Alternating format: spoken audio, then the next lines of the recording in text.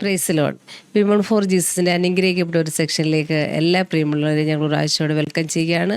എല്ലാ ആഴ്ചയും നമ്മൾ വളരെ അനുഗ്രഹിക്കപ്പെട്ട ഓരോരോ സാക്ഷ്യങ്ങൾ കേട്ടുവരികയാണ്. ഇന്നും നമ്മൾ വളരെ അനുഗ്രഹിക്കപ്പെട്ട ഒരു സാക്ഷ്യം കേൾക്കാൻ പോവുകയാണ്. നമുക്ക് പ്രാർത്ഥിച്ച് ആദ്യം ആരംഭിക്കാം. ഹല്ലേലൂയ. കർത്താവേ, ഹല്ലേലൂയ. നന്ദിയോടെ സ്തുതിക്കുന്ന കർത്താവേ, ഞങ്ങളെ ഉടാസിക്കുന്ന സ്വർഗീയ നല്ല കർത്താവേ, ഹല്ലേലൂയ. കർത്താവേ, ഞങ്ങളുടെ ഈ സെക്ഷനെ അപ്പച്ചൻ്റെ പാദത്തിലേക്ക് സമർപ്പിച്ച് പ്രാർത്ഥിക്കുന്നു. കർത്താവെ, സാക്ഷ്യമായിട്ട് കടന്നു വന്ന കർത്താവ് പ്രിയ കർത്താവിൻ്റെ ദാസിയെയും കർത്താവിൻ്റെ പാദത്തിൽ സമർപ്പിച്ച് ഞങ്ങൾ പ്രാർത്ഥിക്കുന്നു. കർത്താവെ, നമ്മൾ പറയുന്ന ഓരോ അനുഭവങ്ങളും കർത്താവെ, ഹല്ലേലൂയ, അനേകരുടെ ജീവിതത്തിൽ അനുഗ്രഹത്തിന് വിടുതൽ ഹല്ലേലൂയ കർത്താവ് കാരണമാക്കാൻ പോകുന്നതിനായ സ്തോത്രം. ആദ്യോടെന്തും കർത്താവിൻ്റെ കൃപ കൂടെ ഇരിക്കുമാറാണ് എന്ന് പ്രാർത്ഥിക്കുന്നു. ഞങ്ങൾക്ക് ചെല്ലാൻ പറ്റാത്ത ഓരോ ഏരിയയിലും കർത്താവെ, ഈ സാക്ഷ്യങ്ങളിൽ കൂടി കർത്താവെ, അനേകരോട് കർത്താവ് സംസാരിക്കാൻ പോകുന്നതിനായ സ്തോത്രം. പ്രാർത്ഥനയാചകനായ സ്തോത്രം. എല്ലാ യേശു ക്രിസ്തുവിൻ്റെ നാമത്തന്നെ ആമേൻ.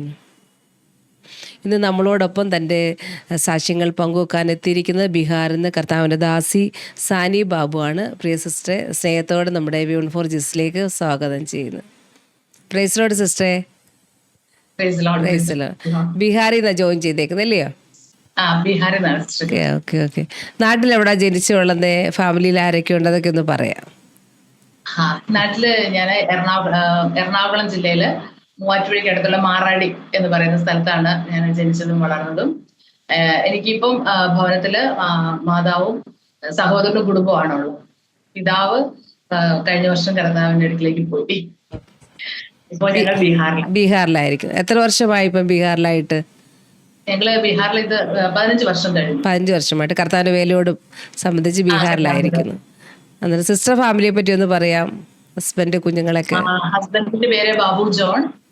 ഞങ്ങൾക്ക് ഒരു മോനാണുള്ളത്. അവന് ബാംഗ്ലൂര് നഴ്സിംഗിന് പഠിച്ചുകൊണ്ടിരിക്കുന്നു. നഴ്സിംഗ് പഠിക്കും. Okay sister. ഇനി നമുക്ക് സിസ്റ്റർ ജീവിതാനുഭവങ്ങളൊക്കെ പങ്കുവെക്കാം. തുടക്കം മുതലുള്ള കാര്യങ്ങൾ പറയാം. Thank you. ദൈവനാമത്തിന് നന്ദിയോടെ സ്തോത്രം ചെയ്യുന്നു. ഞാൻ ദൈവത്തിന് നന്ദി പറയുകയാണ്. കർത്താവ് എന്റെ ജീവിതത്തില് തന്ന ചെറിയ ചെറിയ അനുഭവങ്ങളെ പ്രിയ ദൈവമക്കളുമായി ഷെയർ ചെയ്യുവാനായിട്ട് കർത്താവ് അവസരത്തിനായി ഞാൻ ദൈവത്തിന് സ്തോത്രം ചെയ്യുന്നു. ഒപ്പം തന്നെ അസാദ് TV ചാനലില് പാസ്റ്ററോടും പ്രിയ പാസ്റ്ററോടും എല്ലാം നന്ദി അറിയിക്കുകയാണ്. കാരണം ചെറിയ ചെറിയ അനുഭവങ്ങളാണ് എങ്കിലും കർത്താവ് എന്നെ പണിതതാണ്. പലപ്പോഴും ഞാൻ ചിന്തിച്ചിട്ടുണ്ട്, എന്നെ പോലെ അനേകർ കർത്താവ് അവിടെ ഇവിടങ്ങളിലൊക്കെ ആയിട്ട് പണിതെടുക്കുന്നുണ്ട്. പലപ്പോഴും പലർക്കും സംശയങ്ങളുണ്ട്. എങ്ങനെ ഞാനൊക്കെ എന്റെ ലൈഫിൽ ഒത്തിരി സംശയിച്ചാ മുന്നോട്ട് പോകുന്നത്. അപ്പം ഇതുപോലുള്ള ചെറിയ ചെറിയ അനുഭവങ്ങൾ മറ്റു പലർക്കും ഒരു ബലമാകുമെന്ന് ഞാൻ പൂർണ്ണമായും വിശ്വസിക്കുന്നു. അതുകൊണ്ട് ഞാൻ ദൈവത്തിന് നന്ദി പറയുന്നു. ഞാൻ ജനിച്ചു വളർന്നത് ഒരു യാക്കോബായ ബാക്ക്ഗ്രൗണ്ടിലാണ്. എന്റെ പാരന്റ്സ് എല്ലാം ക്രിസ്ത്യാനികളായിരുന്നെങ്കിലും ഒരു ദൈവമായ ഒരു ബന്ധത്തിലേക്ക് വന്ന ഒരു കുടുംബം അല്ലായിരുന്നു. ഞങ്ങളുടെ വീട്ടില് പല ആചാരങ്ങളും കടമറ്റം ചർച്ചിനോടനുബന്ധിച്ചിട്ടുള്ള പല ആചാരങ്ങളും അനുഷ്ഠാനങ്ങളും ഒക്കെ നടത്തി വന്നു. ചുരുക്കി പറഞ്ഞാൽ അതിന്റെയൊക്കെ ഒരു റിസൾട്ട് എന്ന പോലെ ഒരു വലിയ അന്ധകാരം പിടിച്ച ഒരു ഭവനമായിരുന്നു ഞങ്ങളുടേത്. എപ്പോഴും വഴക്കും ആളുകൾ തമ്മിൽ പരസ്പര സ്നേഹമില്ലാതെയും കരുതലില്ലാതെയും ഒക്കെ ആ ഒരു സാഹചര്യത്തിലാണ് ഞാൻ ജനിച്ചതും വളർന്നതും ഒക്കെ. എനിക്ക് ഒരു സഹോദരനാണോ എന്റെ ഇളയത്. ഞങ്ങൾ രണ്ടുപേരും ഞങ്ങളുടെ ബാല്യകാലത്തിൽ ഒത്തിരി ഈ പറയുന്ന കാരണങ്ങൾ കൊണ്ട് ഒത്തിരി ഞങ്ങൾ സ്ട്രഗിൾ ചെയ്തിട്ടുണ്ട്. ഞാൻ ജനിച്ച് ഏകദേശം ഒരു വയസ്സായപ്പം തന്നെ കർത്താവ് എന്നെ ഒരു മരണത്തിൽ നിന്ന് വിടുവിച്ചു. അപ്പം അവിടെ കർത്താവ് എനിക്ക് വയറിളക്കവും പനിയും ഒക്കെ ആയിട്ട് ഞാൻ ഹോസ്പിറ്റലായി. ഏകദേശം ഒരു 27 ദിവസത്തോളം ഞാൻ ശരിക്കും മരണത്തോട് മല്ലിടിച്ച് കിടന്നു എന്നാണ് എൻ്റെ അമ്മ പറഞ്ഞത്. കാരണം ഡീഹൈഡ്രേഷൻ ആയിക്കൊണ്ടേ ഇരിക്കുക. എപ്പോഴും ആ ഒരു എന്താ പറയുക, സുഖമില്ലാത്ത ഒരു അവസ്ഥ, ഒരിക്കലും അത് ഒരു റിക്കവർ ആയി വരുന്നില്ല. ഡോക്ടേഴ്സ് പോലും മടുത്തു പോയൊരു സാഹചര്യം ഉണ്ടായി. ഒടുവിൽ ശരീരം ഒത്തിരി ഡീഹൈഡ്രേറ്റഡ് ആയിട്ട് ഒടുവിൽ കാല് ചെറുതായിട്ട് സർജറി ചെയ്തൊക്കെയാണ് ട്രിപ്പ് ഇടാൻ പറ്റിയത്. അപ്പം എനിവേ കർത്താവ് എന്നെ കണ്ടതുകൊണ്ട് എനിക്ക് ഈ വാക്യമൊക്കെ ഓർമ്മ വരുന്നത്, ദൈവത്തെ സ്നേഹിക്കുന്നവർക്ക് നിർണയപ്രകാരം വിളിക്കപ്പെട്ടവർക്ക് കർത്താവ് സകലതും നന്മയ്ക്കാക്കി കൂടി വ്യാപരിപ്പിക്കുന്നുവെന്ന്. അങ്ങനെ കർത്താവ് എന്നെ ആ ഒരു വയസ്സിൽ തന്നെ ജീവിതത്തിലേക്ക്, കർത്താവിനെ കണ്ടിരുന്നത് കൊണ്ട് കർത്താവിനെ ജീവിതത്തിലേക്ക് മടക്കിക്കൊണ്ട് വന്നു. അങ്ങനെ ഞങ്ങളുടെ ബാല്യം സ്കൂളിൽ പോകുന്ന സമയത്തായാലും ഒരു പ്രാവശ്യം ഒരു വലിയ റോഡ് ആക്സിഡന്റിൽ നിന്ന് കർത്താവ് എന്നെ വിടുവിച്ചു. ഞങ്ങൾ കുഞ്ഞുങ്ങളെല്ലാവരും കൂടെ ഇങ്ങനെ ഒരുമിച്ച് കൂട്ടൊക്കെ കൂടി സന്തോഷമായിട്ട് ഇങ്ങനെ റോഡിന്റെ നടുക്കൂടെ സംസാരിച്ചൊക്കെ പോകുമായിരുന്നു. ഒന്ന് ശ്രദ്ധയില്ലാതെ ആയിട്ടങ്ങ് പോകുന്ന ഒരു സാഹചര്യത്തില് ഒരു ലോറി പിന്നിൽ വന്ന് നിന്നിട്ട് ഹോൺ അടിക്കുന്നുണ്ട്. അപ്പൊ ആ സമയത്ത് എന്റെ കൂടെ ഉണ്ടായിരുന്ന കുഞ്ഞുങ്ങളെല്ലാം ഓടി മാറി. അവരാ ഹോൺ കേട്ട് അവരെല്ലാം ഓടി മാറി. ഞാൻ ആ ഹോണൊന്നും കേൾക്കുന്നില്ല, ഞാൻ സംസാരിച്ചുകൊണ്ട് തന്നെ മുന്നോട്ട് പോയിക്കൊണ്ടിരിക്കുക. പക്ഷെ വീണ്ടും ഈ ലോറി ഡ്രൈവർ ഹോൺ അടിച്ചത് കേട്ടിട്ട് കുട്ടികൾ വന്ന് എന്നെ വലിച്ച് ലോറിയുടെ ഫ്രണ്ടിൽ നിന്ന് മാറ്റുമ്പോഴാണ് ഞാൻ തിരിഞ്ഞു നോക്കുമ്പോൾ ലോറി ശരിക്കും തൊട്ടില്ല എന്ന മട്ടിൽ എന്റെ പിന്നിൽ വന്ന് നിൽക്കുക. അവിടെ നിന്നും കർത്താവ് എന്റെ മരണത്തിൽ നിന്ന്, ഒരു അപകടത്തിൽ നിന്ന് കർത്താവ് എന്നെ വിടുവിച്ചു. അതിനുശേഷം ഏകദേശം അതേ പ്രായത്തിൽ, ഏകദേശം ഒരു 3-ാം 4-ാം ക്ലാസ്സിലോ ഒക്കെ പഠിക്കുന്ന സമയത്ത് ഞങ്ങൾ സ്കൂളിൽ നിന്ന് മടങ്ങുന്ന സമയത്ത് ഒരു വെള്ളച്ചാട്ടം ഉണ്ട്. അപ്പൊ ഈ വെള്ളച്ചാട്ടം കാണാനായിട്ട് ഞാൻ ഇങ്ങനെ കുനിഞ്ഞു നിന്ന് റോഡിന്റെ താഴേക്ക് ഇങ്ങനെ നോക്കി നിൽക്കുമ്പോൾ എന്റെ കാല് സ്ലിപ്പായി ഞാൻ ആ താഴേക്ക് വീണു. ഞാൻ ആ താഴേക്ക് വീഴുമ്പോഴായാലും ഇങ്ങനെ മണ്ണിടിഞ്ഞ് കിടന്നതുകൊണ്ട് ചെറിയ പടർപ്പം പുല്ലെ പിടിച്ചിട്ട് ഞാൻ എങ്ങനെയോ റോഡിന്റെ മേളിൽ എത്തിപ്പെടാനിടയായി. അപ്പൊ ഇങ്ങനെയുള്ള ഞാനിതെല്ലാം ഇത് പറയാൻ വേണ്ടി സാക്ഷ്യത്തിന്റെ കാര്യങ്ങൾ ചിന്തിക്കുമ്പോഴാണ് ദൈവം എത്ര മനോഹരമായിട്ട് എന്നെ കരുതിയത്. പിതാവ് എന്നെ സ്നേഹിച്ചതുകൊണ്ടും യേശുക്രിസ്തുവിനായിട്ട് എന്നെ സൂക്ഷിച്ചതുകൊണ്ടും ആമേൻ. അങ്ങനെ ആ ഒരു അവസ്ഥയാണ് എന്റെ ലൈഫിലെന്ന് എനിക്ക് ശരിക്കും പറഞ്ഞാൽ ഇപ്പം ഞാൻ ചിന്തിക്കും. ശരിക്കും പറഞ്ഞാൽ പഴയ കാര്യങ്ങളൊന്നും ഇങ്ങനെ ഓർത്തിരുന്ന് അങ്ങനൊന്നും സമയം കിട്ടത്തില്ല നമ്മുടെ ലൈഫിൽ. പക്ഷെ ഇപ്പം ഈ ടെസ്റ്റിമണി പറയാനോട് പറഞ്ഞപ്പോഴാണ് ഞാൻ എന്റെ ലൈഫിന്റെ പുറകിലേക്കൊക്കെ തിരിഞ്ഞു നോക്കിയിട്ട് ദൈവം എന്നെ കരുതി ഓരോ ചെറിയ അവസ്ഥകളെ ഓർത്ത് ഞാൻ ദൈവത്തിന് നന്ദി പറയാനായിട്ട് ഇടയായിത്തീർന്നു. ശരിക്കും പറഞ്ഞാൽ ഇത് ദൈവം എനിക്ക് തന്നത് എന്റെ ലൈഫിന്റെ ഒന്നുകൂടെ ഒന്ന് നോക്കി എനിക്ക് എന്നെ തന്നെ ഒന്നുകൂടെ ഒന്ന് കർത്താവിന് സമർപ്പിക്കാനായിട്ട് ദൈവം തന്ന ഒരു അവസരമായിട്ടാണ് ഞാൻ ഈ അവസ്ഥയെ, ഞാൻ ഈ തന്ന ഈ ചാൻസിൽ ഞാൻ കാണുന്നത്. അങ്ങനെ ഞാൻ ബാല്യത്തിൽ അങ്ങനെ പോകുന്ന സമയത്ത് ഈ 4-ാം ക്ലാസ്സിൽ പഠിക്കുമ്പോൾ തന്നെ ഞാൻ എൻ്റെ മമ്മിയുടെ ചേച്ചിയുടെ വീട്ടിൽ പോയി. അവിടെ വെച്ചിട്ടാണ് അപ്പച്ചൻ എന്നോട് ഇത്രയും, അപ്പച്ചൻ വിശ്വാസിയാണ്, അപ്പച്ചൻ ഇവാഞ്ചലിക്കൽ ചർച്ചിൽ പോവുകയാണ്. അപ്പച്ചൻ എൻ്റെ അടുത്ത് ഇത്രയും പറഞ്ഞു, മോളെ പാപം ചെയ്യുന്നവര് സ്വർഗരാജ്യത്തിൽ പോകത്തില്ല എന്ന് എൻ്റെ അടുത്ത് പറഞ്ഞു.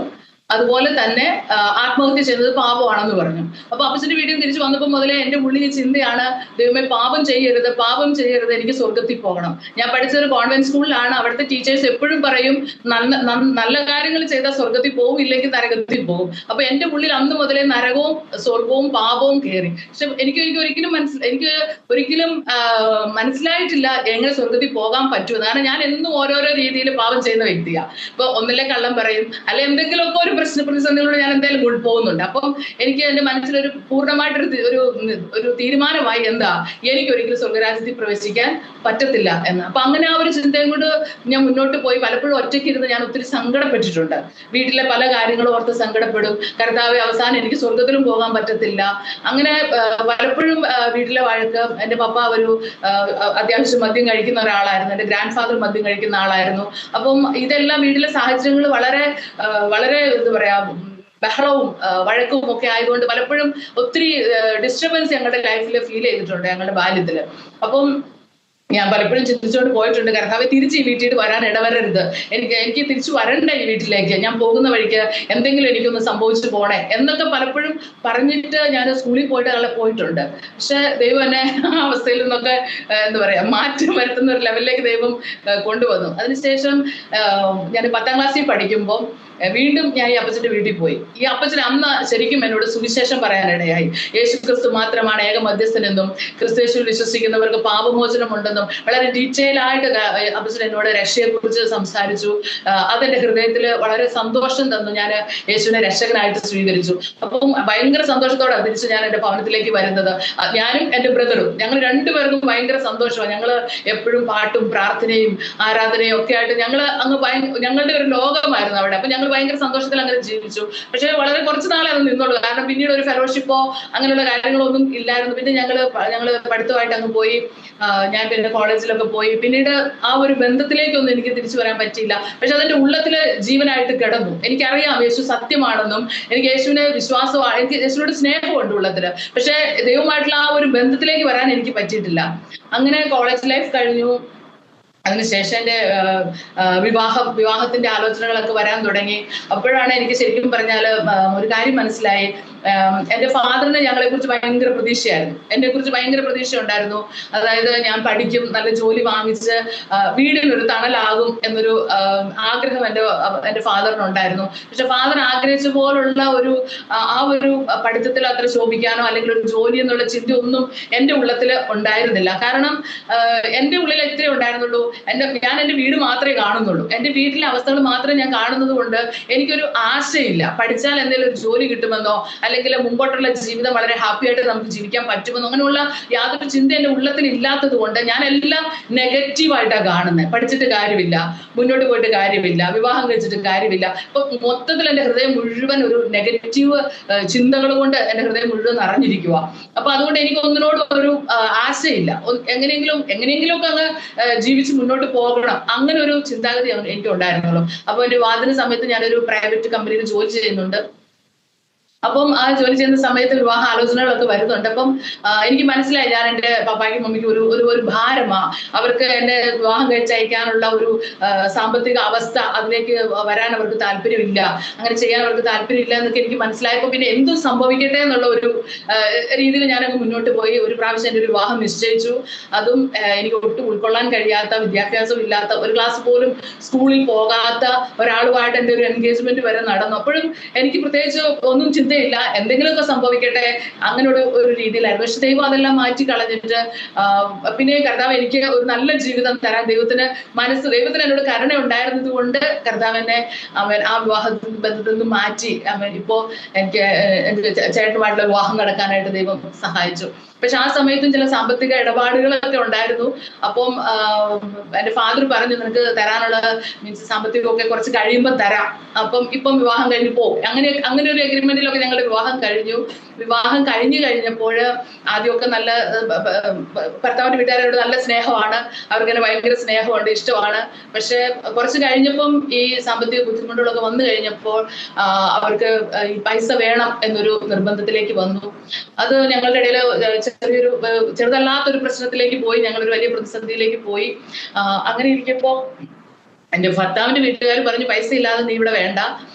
എൻ്റെ ഫാദർ പറഞ്ഞു, നിനക്ക് തരാനുള്ളതെല്ലാം ഞങ്ങൾ തന്നു കഴിഞ്ഞു, ഇനി ഇതും ചോദിച്ചിട്ടുണ്ടെങ്കിൽ വരണ്ട. ഇപ്പൊ രണ്ടുപേരും ആ ഒരു വാദഗതിയിൽ നിന്നപ്പം എനിക്ക് എന്താ ചെയ്യേണ്ടതെന്ന് അറിയത്തില്ലാത്തൊരു സാഹചര്യം. എനിവേ എൻ്റെ ഭർത്താവിന്റെ വീട്ടിൽ നിന്ന് പകുതി ഞാൻ എൻ്റെ ഇഷ്ടത്തിന് ഇറങ്ങി, പകുതി അവരെന്നെ പുറത്താക്കിയ ഒരു ലെവലിൽ ഞാൻ എൻ്റെ സ്വന്തം വീട്ടിലേക്ക് വന്നു. വരുമ്പോൾ എൻ്റെ മനസ്സിൽ ഇത്രയേ ഉള്ളൂ, എങ്ങനെയും എൻ്റെ ഫാദറിന്റെ കയ്യിൽ നിന്ന് ഫാദറിനെ മനസ്സിലാക്കിക്കണം, എനിക്ക് തിരിച്ചു പോകണം, ഒരാഗ്രഹത്തോടാണ് ഞാൻ വന്നത്. പക്ഷെ ഫാദറിന് എൻ്റെ ആ ഒരു അവസ്ഥയിൽ എന്നെ മനസ്സിലാക്കാതെ പോയി, അല്ലെങ്കിൽ ആ സാഹചര്യം മനസ്സിലാക്കാതെ പോയി, അല്ലെങ്കിൽ എന്താ പറയാ ഫാദർ ആ ഒരു എന്താ പറയാ മദ്യപിക്കുകയൊക്കെ ചെയ്യുന്ന ആ ഒരു ഇതായിരുന്നത് കൊണ്ട് അത്രയൊന്നും ചിന്തിച്ചിട്ടുണ്ടാകത്തില്ല. എനിവേ എന്നെ അങ്ങനെ തള്ളി പറഞ്ഞപ്പോൾ എനിക്കത് താങ്ങാൻ പറ്റാത്ത ഒരു വല്ലാത്തൊരു വിഷമമായിപ്പോയി.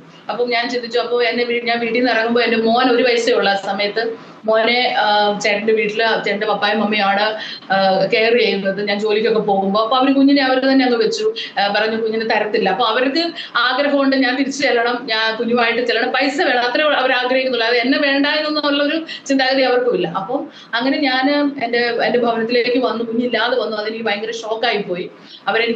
എനിക്ക് നിർബന്ധിക്കാനും പറ്റത്തില്ല. എൻ്റെ അമ്മ ഒരു ഹാർട്ട് പേഷ്യന്റ് ആയിരുന്നു. അപ്പൊ അമ്മയ്ക്കൊരു ബുദ്ധിമുട്ടുണ്ടാക്കാൻ എനിക്ക് താല്പര്യമില്ല. അതുകൊണ്ട് ഞാനും ഒരു വഴക്കിനൊന്നും നിൽക്കാതെ ഞാനും തിരിച്ച് എൻ്റെ ഭവനത്തിലേക്ക് വന്നു. പക്ഷേ കുഞ്ഞില്ലാത്തത് എനിക്ക് ഭയങ്കര ഷോക്കായി, എനിക്ക് സഹിക്കാൻ പറ്റാത്ത ഒരു അവസ്ഥയാണ്. എങ്ങനെയും എനിക്ക് തിരിച്ചങ്ങോട്ട് പോകണം എന്നുള്ള ഒരു ആഗ്രഹത്തോടാണ് ഞാൻ വരുന്നത്. പക്ഷെ 2 വീട്ടുകാരും എന്നെ മനസ്സിലാക്കത്തില്ല. അങ്ങനെ വന്നു കഴിഞ്ഞപ്പോൾ ഞാൻ പിന്നെ ചിന്തിച്ചു, ഇനി ജീവിച്ചിട്ട് കാര്യമൊന്നുമില്ല. കാരണം എല്ലാ രീതിയിലും കുഞ്ഞുനാൾ മുതലേ ഞാൻ ഒത്തിരി വിഷമവും വേദനയും ദുഃഖമൊക്കെ അനുഭവിച്ച് വന്നതുകൊണ്ട് എനിക്ക് പിന്നെ ആരിലും ഒരു വിശ്വാസം ഇല്ലാതായി. എനിക്ക് എൻ്റെ പേരൻസിൽ പോലും പലപ്പോഴും ഞാൻ കുഞ്ഞുനാൾ മുതൽ ഒരുപാട് മറ്റുള്ളവരാൽ ഞാൻ ഉപദ്രവിക്കപ്പെട്ടു എന്ന് പറഞ്ഞാൽ എൻ്റെ ഫ്രണ്ട്സ് മീൻസ് ഒരു കാരണമില്ലാതെ പിടിച്ചിട്ട് അടിക്കും. ഞങ്ങളൊന്നിനും റെസ്പോണ്ട് ചെയ്യത്തില്ല, പക്ഷെ അവരെന്നെ പിടിച്ച് അടിക്കും. ഞാനിപ്പോഴും ഓർക്കുന്നു, ഞാൻ കുഞ്ഞു ക്ലാസ്സിൽ പഠിക്കുമ്പം എൻ്റെ അയൽപക്കത്തെ ഒരു ചേച്ചി എന്നെ അവരെന്നെ സ്കൂളിൽ കൊണ്ടുവരുന്നതും. അപ്പോൾ തിരിച്ചു പോരുന്ന വഴിക്ക് അവരൊരു ഇടവഴിയിലൂടെ ഞങ്ങൾ പോരുന്നത്. ആ ഇടവഴി പോരുന്ന സമയത്ത് ഈ ചേച്ചി എന്ത് ചെയ്യും, എന്നെ ഒരു മാലിന്യം കൊണ്ടിടുന്ന ഒരു സ്ഥലമുണ്ട്, അതിന്റെ മുകളിൽ കൊണ്ടുപോയി എന്നെ നിർത്തിയിട്ട് പറയും, ഞാൻ പറയുന്നിടം വരെയും നീ അവിടെ നിൽക്കണം. ഞാൻ കുഞ്ഞാ, ഞാൻ 1ാം ക്ലാസ്സിൽ പഠിക്കുന്ന സമയമാണ്. അവിടെ നിന്നോണം, ഇല്ലെങ്കിൽ എന്നെ ഭയങ്കരമായിട്ട് ഉപദ്രവിക്കുമായിരുന്നു. പക്ഷെ ഈ കാര്യം എനിക്ക് എൻ്റെ വീട്ടിൽ വന്ന് എൻ്റെ പേരൻസിനോട് പറയാനുള്ള ഒരു ധൈര്യം എനിക്കില്ല. കാരണം നമ്മൾ എത്ര പറഞ്ഞാലും അവർക്ക് നമ്മെ മനസ്സിലാകത്തില്ല. അവരോ മറ്റുള്ളവരെ അവര് വിശ്വസിക്കുക. അപ്പം അവരുടേതായ പ്രതിസന്ധികൾ, സാഹചര്യങ്ങൾ കൊണ്ടായിരിക്കാം മേ ബി. എനിവേ, അങ്ങനെ പേരൻസിനോടുള്ള ഒരു എന്താ പറയുക, ഒരു വിശ്വാസം കുഞ്ഞുനാൾ മുതൽ എനിക്ക് നഷ്ടപ്പെട്ടതുകൊണ്ട് കുഞ്ഞുനാൾ മുതലേ ഒറ്റപ്പെട്ടു പോയ ഒരു ലൈഫായിരുന്നു. ഒറ്റയ്ക്കിരിക്കുന്ന ഒരു സ്വഭാവമായിരുന്നു. അങ്ങനെ അതുകൊണ്ടൊക്കെ തന്നെ ഒത്തിരി സങ്കടങ്ങളൊക്കെ ഉണ്ടായിരുന്നതുകൊണ്ടാവാം ഇനി ജീവിച്ചിട്ട് കാര്യമില്ല എന്നൊരു ചിന്ത വന്നിട്ട് ഞാനൊന്ന് ആത്മഹത്യ ചെയ്തേക്കാം, ഇനി ആർക്ക് വേണ്ടിയാണ് ജീവിക്കുന്നത്, അങ്ങനെ ഒരു തീരുമാനത്തിലെത്തി. ഞാൻ രാത്രി എല്ലാവരും കിടന്നൊരു 12 മണിയൊക്കെ ആയപ്പോൾ ഞാൻ ആത്മഹത്യ ചെയ്യാനുള്ള സെറ്റപ്പ് ഒക്കെ ചെയ്തു, എല്ലാം തീരുമാനിച്ചു. ഞാനിങ്ങനെ ഇരിക്കുമ്പോഴാണ് പെട്ടെന്ന് അപ്പച്ചൻ എന്നോട് പറഞ്ഞ ആ കാര്യം എൻ്റെ മനസ്സിലേക്ക് ഓടി വരും. പെട്ടെന്ന് ഇങ്ങനെ ഓർക്കുക, ആത്മഹത്യ ചെയ്യുന്നത് പാപം, അവർ സ്വർഗത്തിൽ പോകത്തില്ല എന്ന്. അപ്പം പെട്ടെന്ന് ഞാൻ അന്ന് യേശുവിനെ രക്ഷകനായി സ്വീകരിച്ച കാര്യവും അപ്പോഴാണ് എല്ലാം ഒന്ന് തിരിഞ്ഞ് ചിന്തിക്കുക. അപ്പൊ ഞാൻ പറഞ്ഞു, കർത്താവേ, ജീവിതകാലം മുഴുവൻ ഒരു നരകതുല്യമായ ഒരു ജീവിതമാണ് എൻ്റേത്. ഇനി ഞാൻ മരിച്ചിട്ട് നരകത്തിലേക്കാണ് പോകുന്നതെങ്കിൽ ഞാൻ ഇനി മരിക്കുന്നില്ല. അങ്ങനെയാണെങ്കിൽ കർത്താവേ, ഞാൻ മരിക്കത്തില്ല. ഞാൻ എവിടെയെങ്കിലും പോയി ജോലി ചെയ്ത് ഞാൻ എവിടെയെങ്കിലും ജീവിക്കും. എന്നെങ്കിലും എൻ്റെ കുഞ്ഞിന് എന്നെ ആവശ്യമുണ്ടെങ്കിൽ അവൻ വലുതാകുമ്പോൾ എന്നെ അന്വേഷിച്ചു വരും. അങ്ങനെയൊക്കെ ഉള്ള ഒരു ചിന്ത ആ സമയത്ത് എൻ്റെ ഉള്ളിൽ വന്നിട്ട് ഞാൻ മരിക്കുന്ന കാര്യം ഞാൻ വിട്ടു.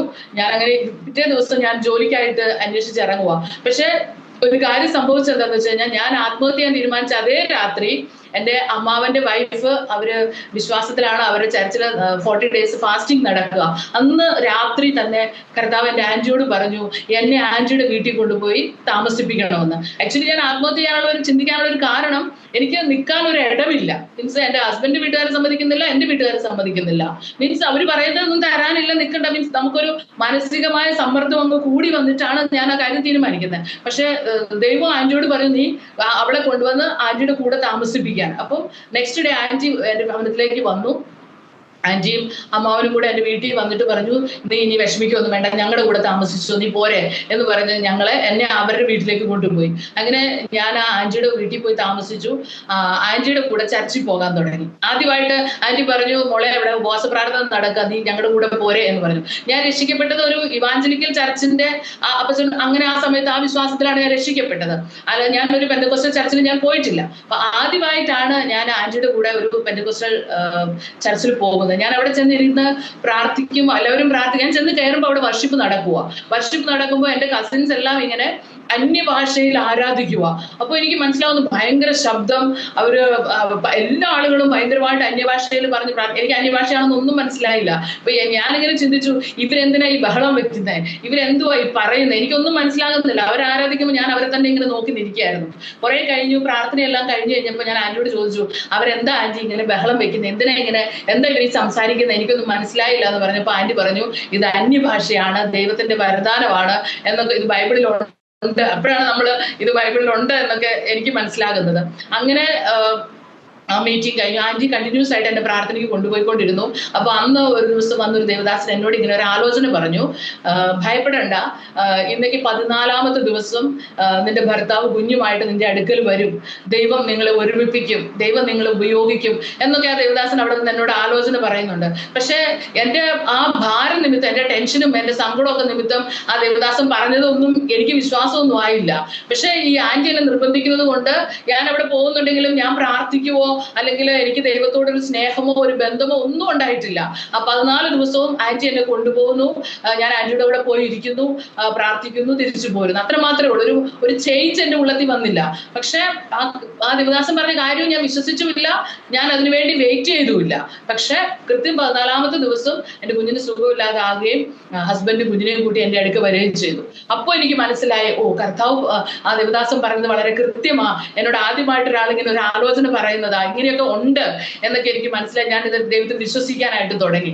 അങ്ങനെ വിശ്വസിക്കാൻ തുടങ്ങി. ഞങ്ങള് ചേട്ടൻ കുഞ്ഞുമായിട്ട് വന്നു. ഞങ്ങള് ഒരു വീട് വാടകയ്ക്ക് എടുത്ത് ഞങ്ങൾ ഒരുമിച്ച് താമസിക്കാൻ ആരംഭിച്ചു. കുഞ്ഞിന് ഒരു വയസ്സ് കഴിഞ്ഞു. അപ്പൊ അവനെ ഡേ കെയറിലാക്കിയിട്ട് ഞങ്ങൾ രണ്ടുപേരും ജോലിക്ക് പോകാനായിട്ട് തുടങ്ങി. അപ്പം ഒരു ഒരു ഒരു ദൈവിക സമാധാനമൊക്കെ ഞങ്ങളുടെ ജീവിതത്തിൽ വന്നു. പക്ഷെ സമാധാനം ഉണ്ടെങ്കിലും ഇത് എന്റെ വീട്ടുകാരറിഞ്ഞു, ഞങ്ങള് ഒരു പെന്തക്കോസ്ത് ആരാധനയ്ക്ക് ഞാൻ പോകുന്നുണ്ടെന്ന് അറിഞ്ഞതോടുകൂടെ അവർ വീണ്ടും പ്രശ്നമാക്കാൻ തുടങ്ങി. അവർക്ക് രണ്ട് വീട്ടുകാർക്കും എതിർപ്പായിരുന്നു ഞങ്ങൾ വിശ്വാസത്തിലേക്ക് പോകുന്നത്. കാരണം അവരുടെ പാരമ്പര്യം അനുസരിച്ചിട്ട് ഞങ്ങൾ ചെയ്യുന്നത് വലിയ തെറ്റാണ്. എന്റെ ഫാദർ പറയുന്ന അമ്മ ഇല്ലാതെ മകനില്ല, നീ ഒരിക്കലും അങ്ങനെ പോകാൻ പാടില്ല, അങ്ങനെ ഒരു ഇതായിരുന്നു എന്നോട് പറഞ്ഞുകൊണ്ടിരുന്നത്. പക്ഷെ ഞാൻ ഒരു 3 മാസം ഞാൻ ചേട്ടനോട് ചോദിച്ചു, ചേട്ടൻ പറഞ്ഞു എന്നോട് വർഷിപ്പിന് പൊക്കോളാൻ പറഞ്ഞു. ഞാൻ തന്നെ 3 മാസം പോയി. 3 മാസം കഴിഞ്ഞപ്പോൾ ചേട്ടനും കുഞ്ഞും കൂടെ എൻ്റെ കൂടെ ആരാധനയ്ക്ക് വരാനായിട്ട് തുടങ്ങി. അപ്പോഴാണ് ചേട്ടൻ എന്നോട് പറയുന്നത്, ചേട്ടൻ 6ാം ക്ലാസ്സിൽ പഠിക്കുമ്പോൾ രക്ഷിക്കപ്പെട്ട ആളാണെന്ന്. എനിക്കറിയത്തില്ലായിരുന്നു. അപ്പോൾ അവിടെ ചേട്ടൻ്റെ വീടിൻ്റെ അടുത്ത് ഒരു ബ്രദർ വന്നിട്ട് അവിടെ സൺഡേ സ്കൂൾ നടത്തുമായിരുന്നു. അപ്പം അവിടെ സൺഡേ സ്കൂൾ പഠിപ്പിക്കുകയും അങ്ങനെ രക്ഷിക്കപ്പെടുകയും അവരുടെ ഫെലോഷിപ്പിലൊക്കെ പല പ്രാവശ്യം പോവുകയും ചെയ്തിട്ടുള്ള ആളാ. അപ്പൊ ഇത് സത്യമാണെന്നും യേശുവിനെ രക്ഷകനായി സ്വീകരിച്ച ഒരാളാണെന്നും അപ്പോഴാണ് ചേട്ടൻ എന്നോട് പറയുന്നത്. അപ്പൊ എനിക്ക് ഭയങ്കര സന്തോഷം തോന്നി.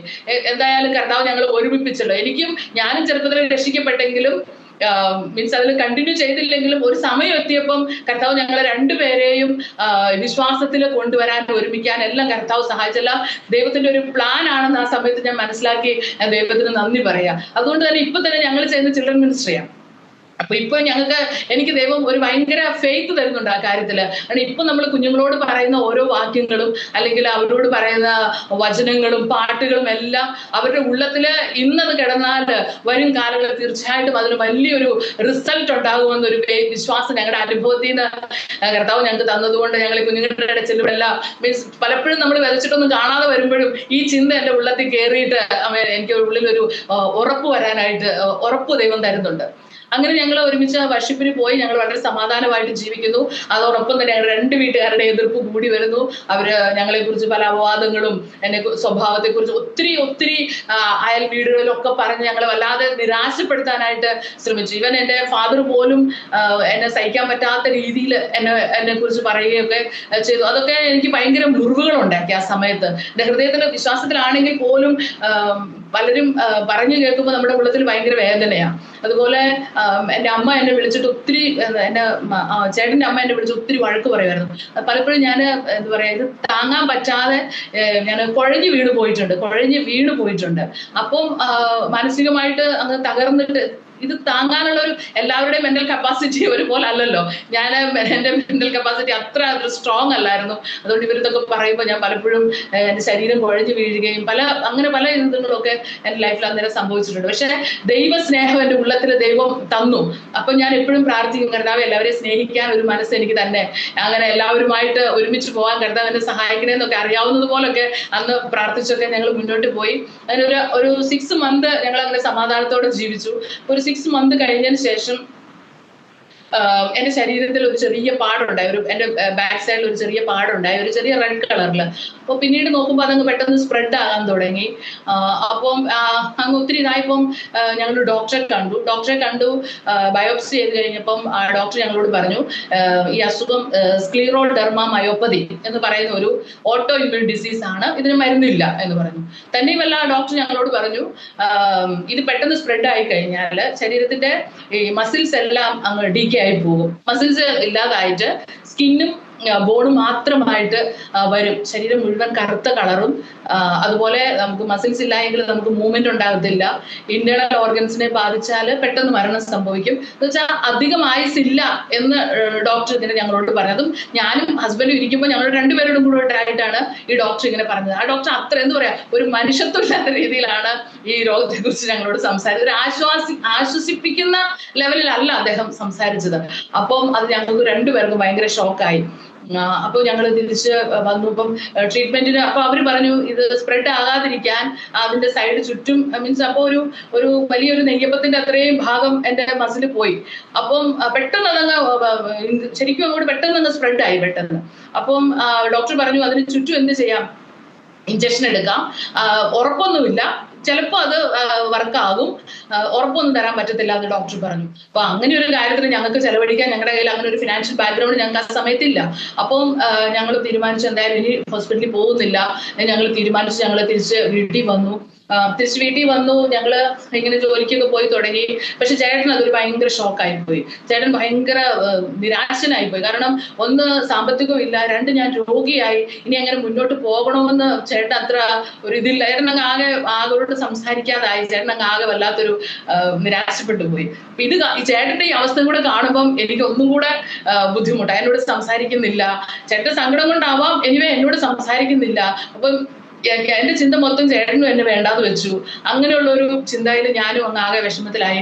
എങ്കിലും ഞാൻ ജോലിക്ക് പോകുന്നുണ്ടായിരുന്നു. പക്ഷെ ഈ ചിന്തകളെല്ലാം എന്റെ ഉള്ളിൽ കിടന്നിട്ട് അല്പാൽപമായിട്ട് എന്റെ മനസ്സിന്റെ കൺട്രോള് എനിക്ക് നഷ്ടപ്പെട്ടു തുടങ്ങി. മനസ്സിന്റെ കൺട്രോൾ നഷ്ടപ്പെട്ടു തുടങ്ങിയെന്ന് പറഞ്ഞാൽ ഞാൻ ചിന്തിക്കുന്നത് പോലെ എനിക്ക് പ്രവർത്തിക്കാൻ പറ്റാത്ത ഒരു സാഹചര്യമായി. അങ്ങനെ കുറെ ദിവസം ആയി കഴിഞ്ഞപ്പം ഒരു ദിവസം പെട്ടെന്ന് ചേട്ടൻ മോനെ എടുത്തിട്ട് ചേട്ടന്റെ വീട്ടിലേക്ക് അങ്ങ് പോയി. അപ്പൊ അതെനിക്ക് ഭയങ്കര ഷോക്കായി. ഞാൻ വാടക വീട്ടിലാണ് താമസിക്കുന്നത്, ഞാൻ ഒറ്റയ്ക്കായി പോയി. ഒന്നാമത് എന്റെ ഈ ഒരു സാഹചര്യത്തിൽ എന്നെ ഇട്ടിട്ട് പോയി എന്നൊരു ചിന്ത, ഇനി തിരിച്ചു വരത്തില്ല എന്നൊരു ചിന്ത എന്റെ ഉള്ളിൽ അങ്ങ് കയറി. അതെന്നെ ഭയങ്കരമായിട്ട് വിഷമിപ്പിച്ചു. ഞാൻ പെട്ടെന്ന് എന്റെ ഫുൾ മാനസികമായ എന്റെ എല്ലാ നിയന്ത്രണവും എനിക്കങ്ങ് നഷ്ടമായി പോയി. അപ്പൊ ഞാൻ ചിന്തിച്ചു ഇനി എന്തോ ചെയ്യുക. അപ്പം എന്നോട് ചർച്ചിലെ ആളുകളൊക്കെ പറഞ്ഞു, സാനി നമുക്ക് പ്രാർത്ഥിക്കാം, ട്രീറ്റ്മെന്റ് ഇല്ലാത്ത രോഗത്തിന് ദൈവം സൗഖ്യമാക്കും. അപ്പം അങ്ങനെ പറഞ്ഞു കഴിഞ്ഞപ്പം ഞങ്ങൾ അങ്ങനെ സമ്മതിച്ചു. അപ്പൊ എന്റെ ആന്റി തന്നെ പറഞ്ഞു, മോളെ നീ വീട്ടിലേക്ക് വാ, നമുക്ക് അവിടെ നിന്ന് പ്രാർത്ഥിക്കാന്ന് പറഞ്ഞു. ഞങ്ങൾ ആന്റിയുടെ വീട്ടിൽ പോയി ഞാൻ പ്രാർത്ഥിച്ചു. പക്ഷെ ഞാൻ പെട്ടെന്ന് വയലന്റ് ആകും. അപ്പം എന്റെ അമ്മയുടെ വീടിനടുത്തുള്ള, അമ്മയുടെ വീടാണ്, അമ്മയുടെ ആങ്ങളെയാണ്. അപ്പൊ അവിടെ എല്ലാം അറിഞ്ഞു കഴിഞ്ഞാൽ അത് പിന്നെ ഒരു നാണക്കേടാ. അപ്പൊ അതുകൊണ്ട് ആന്റി പറഞ്ഞു, മോളെ ഇവിടെ നിന്നാൽ ശരിയാവത്തില്ല, നീ തിരിച്ച് നിങ്ങൾ താമസിക്കുന്നിടത്തേക്ക് തന്നെ പൊയ്ക്കൂ എന്ന് പറഞ്ഞു. അപ്പൊ ഞാൻ തിരിച്ച് വീണ്ടും ഞങ്ങൾ താമസിക്കുന്ന വാടക വീട്ടിലേക്ക് തിരിച്ചു വന്നു കഴിഞ്ഞിട്ടും എനിക്ക് എന്നെ നിയന്ത്രിക്കാൻ പറ്റുന്നില്ല. അപ്പം ഞാൻ ഉള്ളിൽ എനിക്ക് നല്ല ബോധമുണ്ട്. ഞാൻ പറയുന്നുണ്ട്, ദൈവമേ എന്റെ അടുത്ത് ആരും വരല്ലേ, എന്നോട് ആരും സംസാരിക്കല്ലേ, ഞാൻ എങ്ങനെ അവരോട് തിരിച്ച് ബിഹേവ് ചെയ്യുമെന്ന് എനിക്ക് തന്നെ അറിയത്തില്ല, അവിടെ ആരും എന്റെ അടുത്ത് വരല്ലേ എന്ന് ഞാൻ ഉള്ളിൽ പ്രാർത്ഥിക്കുന്നുണ്ട്. പക്ഷെ ഞാനിങ്ങനെ പ്രാർത്ഥിക്കുന്നുണ്ടെങ്കിൽ ഞാനിങ്ങനെ തീരുമാനിച്ചു, എന്റെ ഫാദറിന്റെ വീട്ടിൽ ഒരിക്കൽ കൂടെ പോവാം, അവിടെ ചെന്നിട്ട് ഒന്നുകൂടെ ചോദിക്കാം, ഞാൻ അവിടെ ഇരുന്നൊന്ന് പ്രാർത്ഥിച്ചോട്ടെ. പ്രാർത്ഥിക്കാൻ സ്ഥലമില്ല എന്നുള്ളതാണല്ലോ ഞങ്ങളുടെ പ്രശ്നം. അപ്പം ഞാൻ എന്റെ വീട്ടിൽ ചെന്നു. ഏർലി മോർണിംഗ് ഞാൻ എന്റെ വീട്ടിൽ ചെന്നു. ഞാൻ എന്റെ ഫാദറിനോട് സംസാരിച്ചു, എനിക്കിങ്ങനെ അസുഖമാണ്, അതിനൊരു ട്രീറ്റ്മെന്റ് ഇല്ല, അപ്പം ഞാൻ ഇവിടെ ഇരുന്നൊന്ന് പ്രാർത്ഥിച്ചോട്ടെ എന്ന് ചോദിച്ചപ്പം എന്റെ ഫാദർ പറഞ്ഞു, അതിനെന്നാ നീ ഇന്ന് പ്രാർത്ഥിച്ചു എന്ന് പറഞ്ഞു. അപ്പൊ ഞാൻ പറഞ്ഞു, എന്റെ കൂടെ കുറച്ച് പേര് കാണും. അപ്പം പറഞ്ഞു, അപ്പം ഫാദറിന് പെട്ടെന്ന് ഇതങ്ങ് എഴുന്നേറ്റിട്ട് പറഞ്ഞു, നോ അത് പറ്റത്തില്ല, പ്രാർത്ഥിച്ചിട്ട് രോഗം മാറാനാണെങ്കിൽ ഈ നാട് മുഴുവൻ ഈ ഹോസ്പിറ്റലുകളെല്ലാം കെട്ടിയിടുന്ന ഒരാവശ്യമില്ല, അങ്ങനെയൊന്നും അല്ല എന്നൊക്കെ പറഞ്ഞു. അപ്പൊ അതിനെ എതിർത്തപ്പോ എനിക്കങ്ങ് ഭയങ്കര സങ്കടം വന്നു. എന്നോട് പറഞ്ഞു, ഇനി അങ്ങനെ നീ ആളെ കൂട്ടിയൊന്നും ഇവിടെ ഇരുന്ന് പ്രാർത്ഥിക്കേണ്ട, അതിന് പറ്റത്തില്ല എന്ന് പറഞ്ഞു. അപ്പൊ എനിക്ക് പിന്നെ സങ്കടമായി. ഞാൻ തിരിച്ച് ജോലി സ്ഥലത്ത് വന്നതോടുകൂടി എന്റെ കംപ്ലീറ്റ് കൺട്രോൾ നഷ്ടപ്പെട്ടു. ഞാൻ കുഞ്ഞില്ല എന്റെ അടുക്കല്, ചേട്ടന്റെ കൂടെ പോയിരിക്കുവാണ്, ചേട്ടനെ കൊണ്ടുപോയി. അപ്പം എന്റെ സ്റ്റാഫിന്റെ, ഞങ്ങളുടെ കൂടെ വർക്ക് ചെയ്യുന്ന ആളുകളുടെ അടുക്കലെല്ലാം പോയിട്ട് ഞാൻ കുഞ്ഞിനെ കൊഞ്ചിക്കും പോലെ ഞാൻ അവരോട് ബിഹേവ് ചെയ്യാൻ തുടങ്ങി. മാനേജറിനോട് ഷൗട്ട് ചെയ്യാൻ തുടങ്ങി.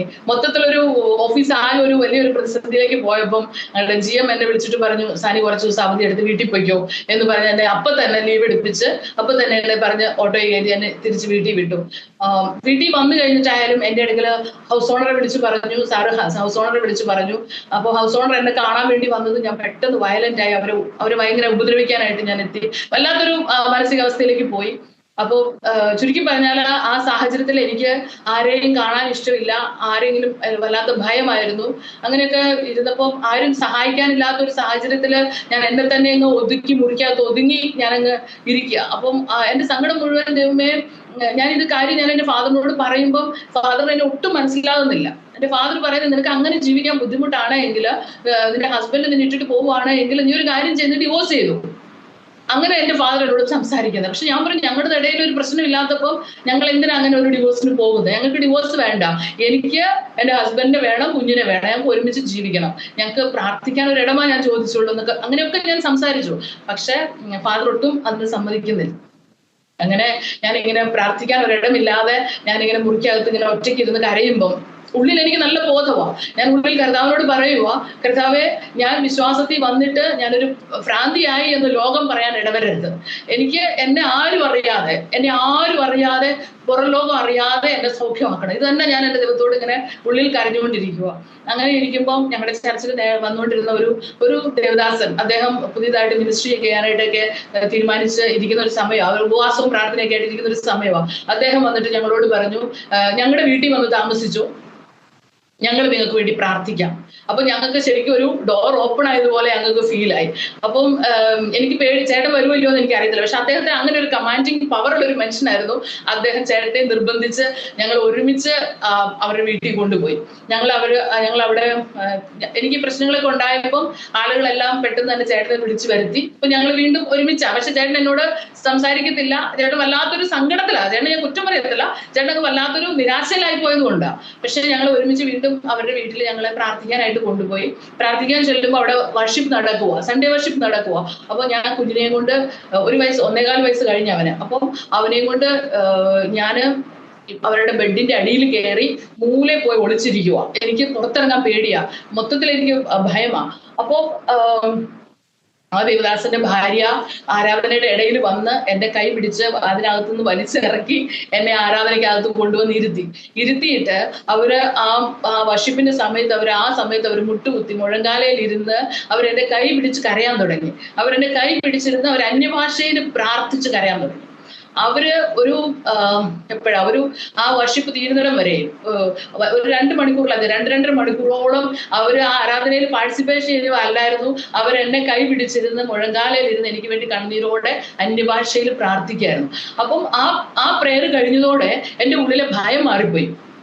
എനിക്ക് ആരെയും കാണാൻ മേല, ആരെയും നോക്കാൻ മേല, ഭയങ്കര ഭയമായിരുന്നു. പക്ഷെ ആ ഒരു പ്രേയർ കഴിഞ്ഞതോടെ എന്റെ ഭയം മാറിപ്പോയി. അതിന് ശേഷം ആ ദേവദാസൻ ഇങ്ങനെ പറഞ്ഞു, നമ്മളെല്ലാവരും ഒരപ്പന്റെ മക്കളും ഒരപ്പത്തിന്റെ അംശങ്ങളുമാണ്. അപ്പം അതുകൊണ്ട് നമ്മൾ എന്ത് ചെയ്യണം? ഈ സിസ്റ്ററിനും ഈ കുഞ്ഞിനും വേണ്ടി, ഇവർ കുടുംബത്തിന് വേണ്ടി പ്രാർത്ഥിക്കണം. ഇവർക്ക് വേണ്ടി പ്രാർത്ഥിക്കാൻ ആരുമില്ല. അതുകൊണ്ട് നമ്മൾ സഭയായിട്ട് ചെയ്യും. ചെറിയ സഭയാ, പക്ഷെ ആ സഭയിലെ ദേവദാസനും ദൈവമക്കളെല്ലാവരും അതിന് സമ്മതിച്ചു. അവരെ കണ്ടിന്യൂസ് ആ സൺഡേ വർഷിപ്പ് ഒരു ഫാസ്റ്റിംഗ് ആക്കി മൺഡേ ട്യൂസ്ഡേ വെനസ്ഡേ അവരങ്ങനെ അങ്ങ് ഉപവാസ പ്രാർത്ഥനയായിട്ട് അങ്ങ് മുന്നോട്ട് പോകുക. ഞാൻ ഉപവസിക്കുന്നൊന്നുമില്ല, പക്ഷെ അവരെനിക്ക് വേണ്ടി മുഴങ്കാലയിൽ ഇരുന്ന് കരയുക. അപ്പൊ ഞാൻ കണ്ടു ദൈവമക്കളുടെ സ്നേഹം എന്താണെന്നും ആത്മഭാരം എന്താണെന്നും ഒക്കെ ഞാൻ കാണുക. അവരവിടെ ഇരുന്ന് കരയുകയും പ്രാർത്ഥിക്കുകയൊക്കെ ചെയ്തു. അപ്പം അന്ന് ഈവനിങ് സെക്ഷനിലെ സമയത്ത് പാട്ട് കേട്ടുകൊണ്ട് റോഡിലൂടെ പോയൊരു ദേവദാസനാ. അദ്ദേഹത്തിന് അറിയത്തില്ല ഇവിടെ ഉപവാസം വന്ന പ്രാർത്ഥന ഒന്നും അറിയത്തില്ല. പക്ഷെ പാട്ട് കേട്ട്, വർഷിപ്പിന്റെ പാട്ട് കേട്ടപ്പം എന്നാ ഒന്ന് കയറിയിട്ട് പോകാമെന്ന് പറഞ്ഞ് കയറി വന്നൊരു ദേവദാസനാ. അപ്പം ആ ദേവദാസൻ അവിടെ വന്ന് ഒരു 2 മിനിറ്റ് കഴിഞ്ഞപ്പോഴേക്കും ചർച്ചിലെ ദേവദാസൻ പറഞ്ഞു, ഏതായാലും വന്നതല്ലേ, വചന ശുശ്രൂഷ കഴിഞ്ഞിട്ട് പോകാൻ പറഞ്ഞു. അദ്ദേഹം നേരെ എഴുന്നേറ്റ് നിന്നിട്ട് വചനം എടുത്തിട്ട് വായിക്കാൻ തുടങ്ങി. യെശയ്യാ പ്രവചനം അതിന്റെ 59-ാം അധ്യായം അങ്ങനെ വായിക്കാൻ തുടങ്ങി. രക്ഷിപ്പാൻ കഴിയാതെ വണ്ണം യഹോവയുടെ കരം കുറുകിയിട്ടില്ല, കേൾക്കുവാൻ കഴിയാതെ വണ്ണം അവന്റെ കാത് മന്ദമായിട്ടുമില്ല, നിങ്ങളുടെ പാപങ്ങളും നിങ്ങളുടെ അകൃത്യങ്ങളും അത്രേ. അപ്പം ഈ ഒരു വാക്യം ശരിക്കും എന്റെ ഹൃദയത്തെ ഒരു വാള് പോലെ കീറി. അപ്പോ ശരിക്കും ഞാൻ ഏകദേശം ഒരു 15 വയസ്സിൽ രക്ഷിക്കപ്പെട്ടതാണ്. ഞാൻ അതിനുശേഷം ഞാൻ സ്നാനപ്പെട്ടു. എങ്കിലും യഥാർത്ഥത്തിലുള്ള ഒരു മാനസാന്തരം എന്റെ ജീവിതത്തിൽ വന്നില്ലായിരുന്നു. ഈ വചനമാണ് റിയലി എന്നെ മാനസാന്തരത്തിലേക്ക് കൊണ്ടുവന്നത്. അപ്പൊ ഈ വചനം എന്റെ പാപം, ഞാൻ പാപിയായെന്നുള്ള ഒരു ചിന്ത, ഞാൻ പാപമൊക്കെ ഏറ്റു പറഞ്ഞു, ഉപേക്ഷിച്ചു, അതൊക്കെ ശരിയാണെങ്കിലും യഥാർത്ഥത്തിലുള്ള ഒരു മാനസാന്തരം, പരിശുദ്ധാത്മാവ് പ്രവർത്തിച്ച ഹൃദയത്തിന്റെ ആഴത്തിൽ നിന്ന് വരുന്ന ആ ഒരു മാനസാന്തരം കർത്താവ് എനിക്ക് അന്നാ തന്നത്. അങ്ങനെ ഞാൻ അവിടെ കിടന്ന് കരയാൻ തുടങ്ങി. രാത്രി 10 മീറ്റിംഗ് തീരുന്നിടം വരെയും ഞാൻ കരഞ്ഞു. കർത്താവിനോട് എന്റെ പാവങ്ങളെല്ലാം ഞാൻ ഓരോന്നായി ഹൃദയത്തിൽ വന്നതെല്ലാം ഏറ്റു പറഞ്ഞ് ഉപേക്ഷിച്ച് കർത്താവിന്റെ അടുത്ത് ക്ഷമ പറഞ്ഞ് കരഞ്ഞ് അന്ന് രാത്രി കർത്താവ് എന്നെ കംപ്ലീറ്റ് ഹീൽ ചെയ്തു. രാത്രി ഞാൻ ഇങ്ങനെ കിടക്കുമ്പോൾ എനിക്ക് തോന്നുക ഞാൻ കനമില്ലാത്തൊരു വ്യക്തിയായി, ഒരു തൂവൽ പോലെ പറക്കുന്ന പോലൊക്കെ എനിക്ക് ഫീൽ ചെയ്തു. പിന്നെ തോന്നി എന്നെ കുറെ മഞ്ഞിനകത്ത് കൊണ്ടുപോയി കിടത്തിയിരിക്കുകയെന്നൊക്കെ എനിക്ക് തോന്നി. മീൻസ് ഹൃദയത്തിനകത്ത് ഭയങ്കര സന്തോഷം.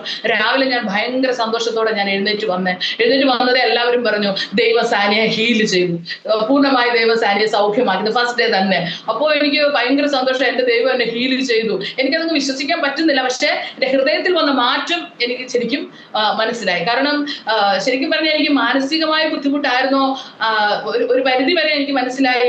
എന്റെ ജീവിതത്തിൽ ഒരുപാട് ഈവിൾ സ്പിരിറ്റ് വർക്ക് ചെയ്യുകയായിരുന്നു. എന്റെ ലൈഫ് ഇല്ലാതാക്കി കളയാൻ, അല്ലെങ്കിൽ എന്റെ ആ ദുഃഖത്തിലും നിരാശയും ഭയവും എല്ലാം ഇട്ടുകൊണ്ട് എന്നെ നശിപ്പിക്കാനായിട്ട് ഇരുന്നത് കുറെ ഈവിൾ സ്പിരിറ്റ് ആണെന്ന് എനിക്ക് ഫീൽ ചെയ്യാൻ തുടങ്ങി. കാരണം ഒറ്റ രാത്രി കൊണ്ട് ദൈവം എന്നെ ആ ഒരു ഹീലിംഗ് തന്നപ്പോൾ ദൈവം എന്റെ ഹൃദയത്തെ ശരിക്കും പണിതത്. ഹൃദയത്തിൽ ആ വലിയ ഒരു സന്തോഷം ദൈവം എനിക്ക് തരാനിടയായി. അടുത്ത ദിവസം തന്നെ കർത്താവ് എന്റെ അഭിഷേകം കൊണ്ട് നിറച്ചു.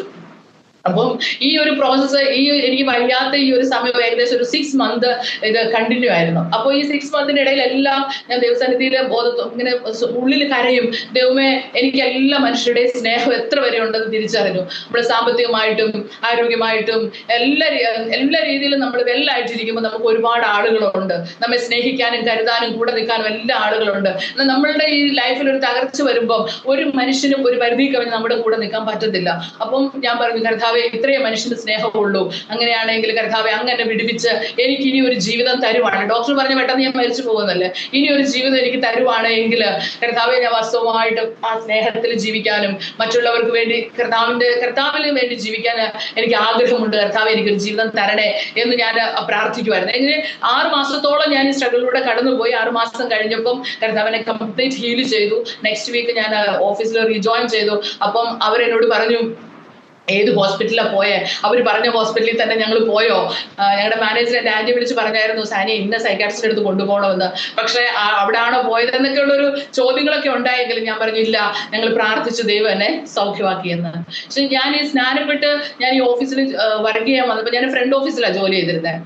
അപ്പോൾ ഫ്രണ്ട് ഓഫീസിൽ ജോലി ചെയ്തുകൊണ്ടിരുന്നപ്പോൾ എൻ്റെ മാം എന്നോട് പറഞ്ഞു, സാനി ഓർണമെന്റ്സ് ഒക്കെ ഊരി കഴിഞ്ഞപ്പം ഫ്രണ്ട് ഓഫീസിലല്ലേ വർക്ക് ചെയ്യുന്നത്, അത് പറ്റത്തില്ല എന്ന് പറഞ്ഞു. അപ്പം ഞാൻ പറഞ്ഞു, മാം എനിക്ക് ഇനി ഓർണമെന്റ്സ് തിരിച്ചിടാൻ പറ്റത്തില്ല, അങ്ങനെയാണെങ്കിൽ എനിക്ക് പകരം മാഡം ഒരാളെ തന്നിടം വരെയും ഞാൻ ഇവിടെ ഇരുന്നോട്ടെ എന്ന് ചോദിച്ചു. കാരണം അന്ന് എൻ്റെ ജീവിതത്തിന് അത് ഭയങ്കര അത്യാവശ്യമായിരുന്നു. ചെറിയൊരു സാലറി ആണെങ്കിലും ഞങ്ങളുടെ ലൈഫിന് അതൊരു അത്യാവശ്യമായിരുന്നു. അതുകൊണ്ട് ഞാൻ മാഡത്തോട് ചോദിച്ചു, മാഡം ഒരാളെ ഇവിടെ വെക്കുന്നിടം വരെയും ഞാൻ ഇവിടെ ഇരുന്നോട്ടെ എന്ന് ചോദിച്ചപ്പം മാഡം ഒന്നും മിണ്ടിയില്ല. 1 വർഷത്തോളം മാഡം അവിടത്തേക്ക് ആരെയും അപ്പോയിന്റ് ചെയ്തുമില്ല. അങ്ങനെ ഞാൻ ആ ഒരു ഹോൾ ഇയർ അവിടെ കണ്ടിന്യൂ ചെയ്തു. ഇപ്പൊ ഞാൻ ദൈവത്തിന്റെ വചനമുണ്ട്, ഞാൻ നിന്നെ ഒരു നാളും ഉപേക്ഷിക്കുകയില്ല, കൈവിടുകയില്ല. പക്ഷെ എനിക്ക് മനസ്സിലായ ഒരു കാര്യമുണ്ട്, ദൈവം അവരിലൂടെയൊക്കെയാ എന്നെ കരുതുകയും കൈവിടാതിരിക്കുകയും ചെയ്തതെന്ന് എനിക്ക് നല്ല ബോധ്യമുണ്ട്. അതെല്ലാം അവരെയൊക്കെ ഓർക്കുമ്പോൾ ഞാൻ ദൈവത്തിന് നന്ദി പറയുക.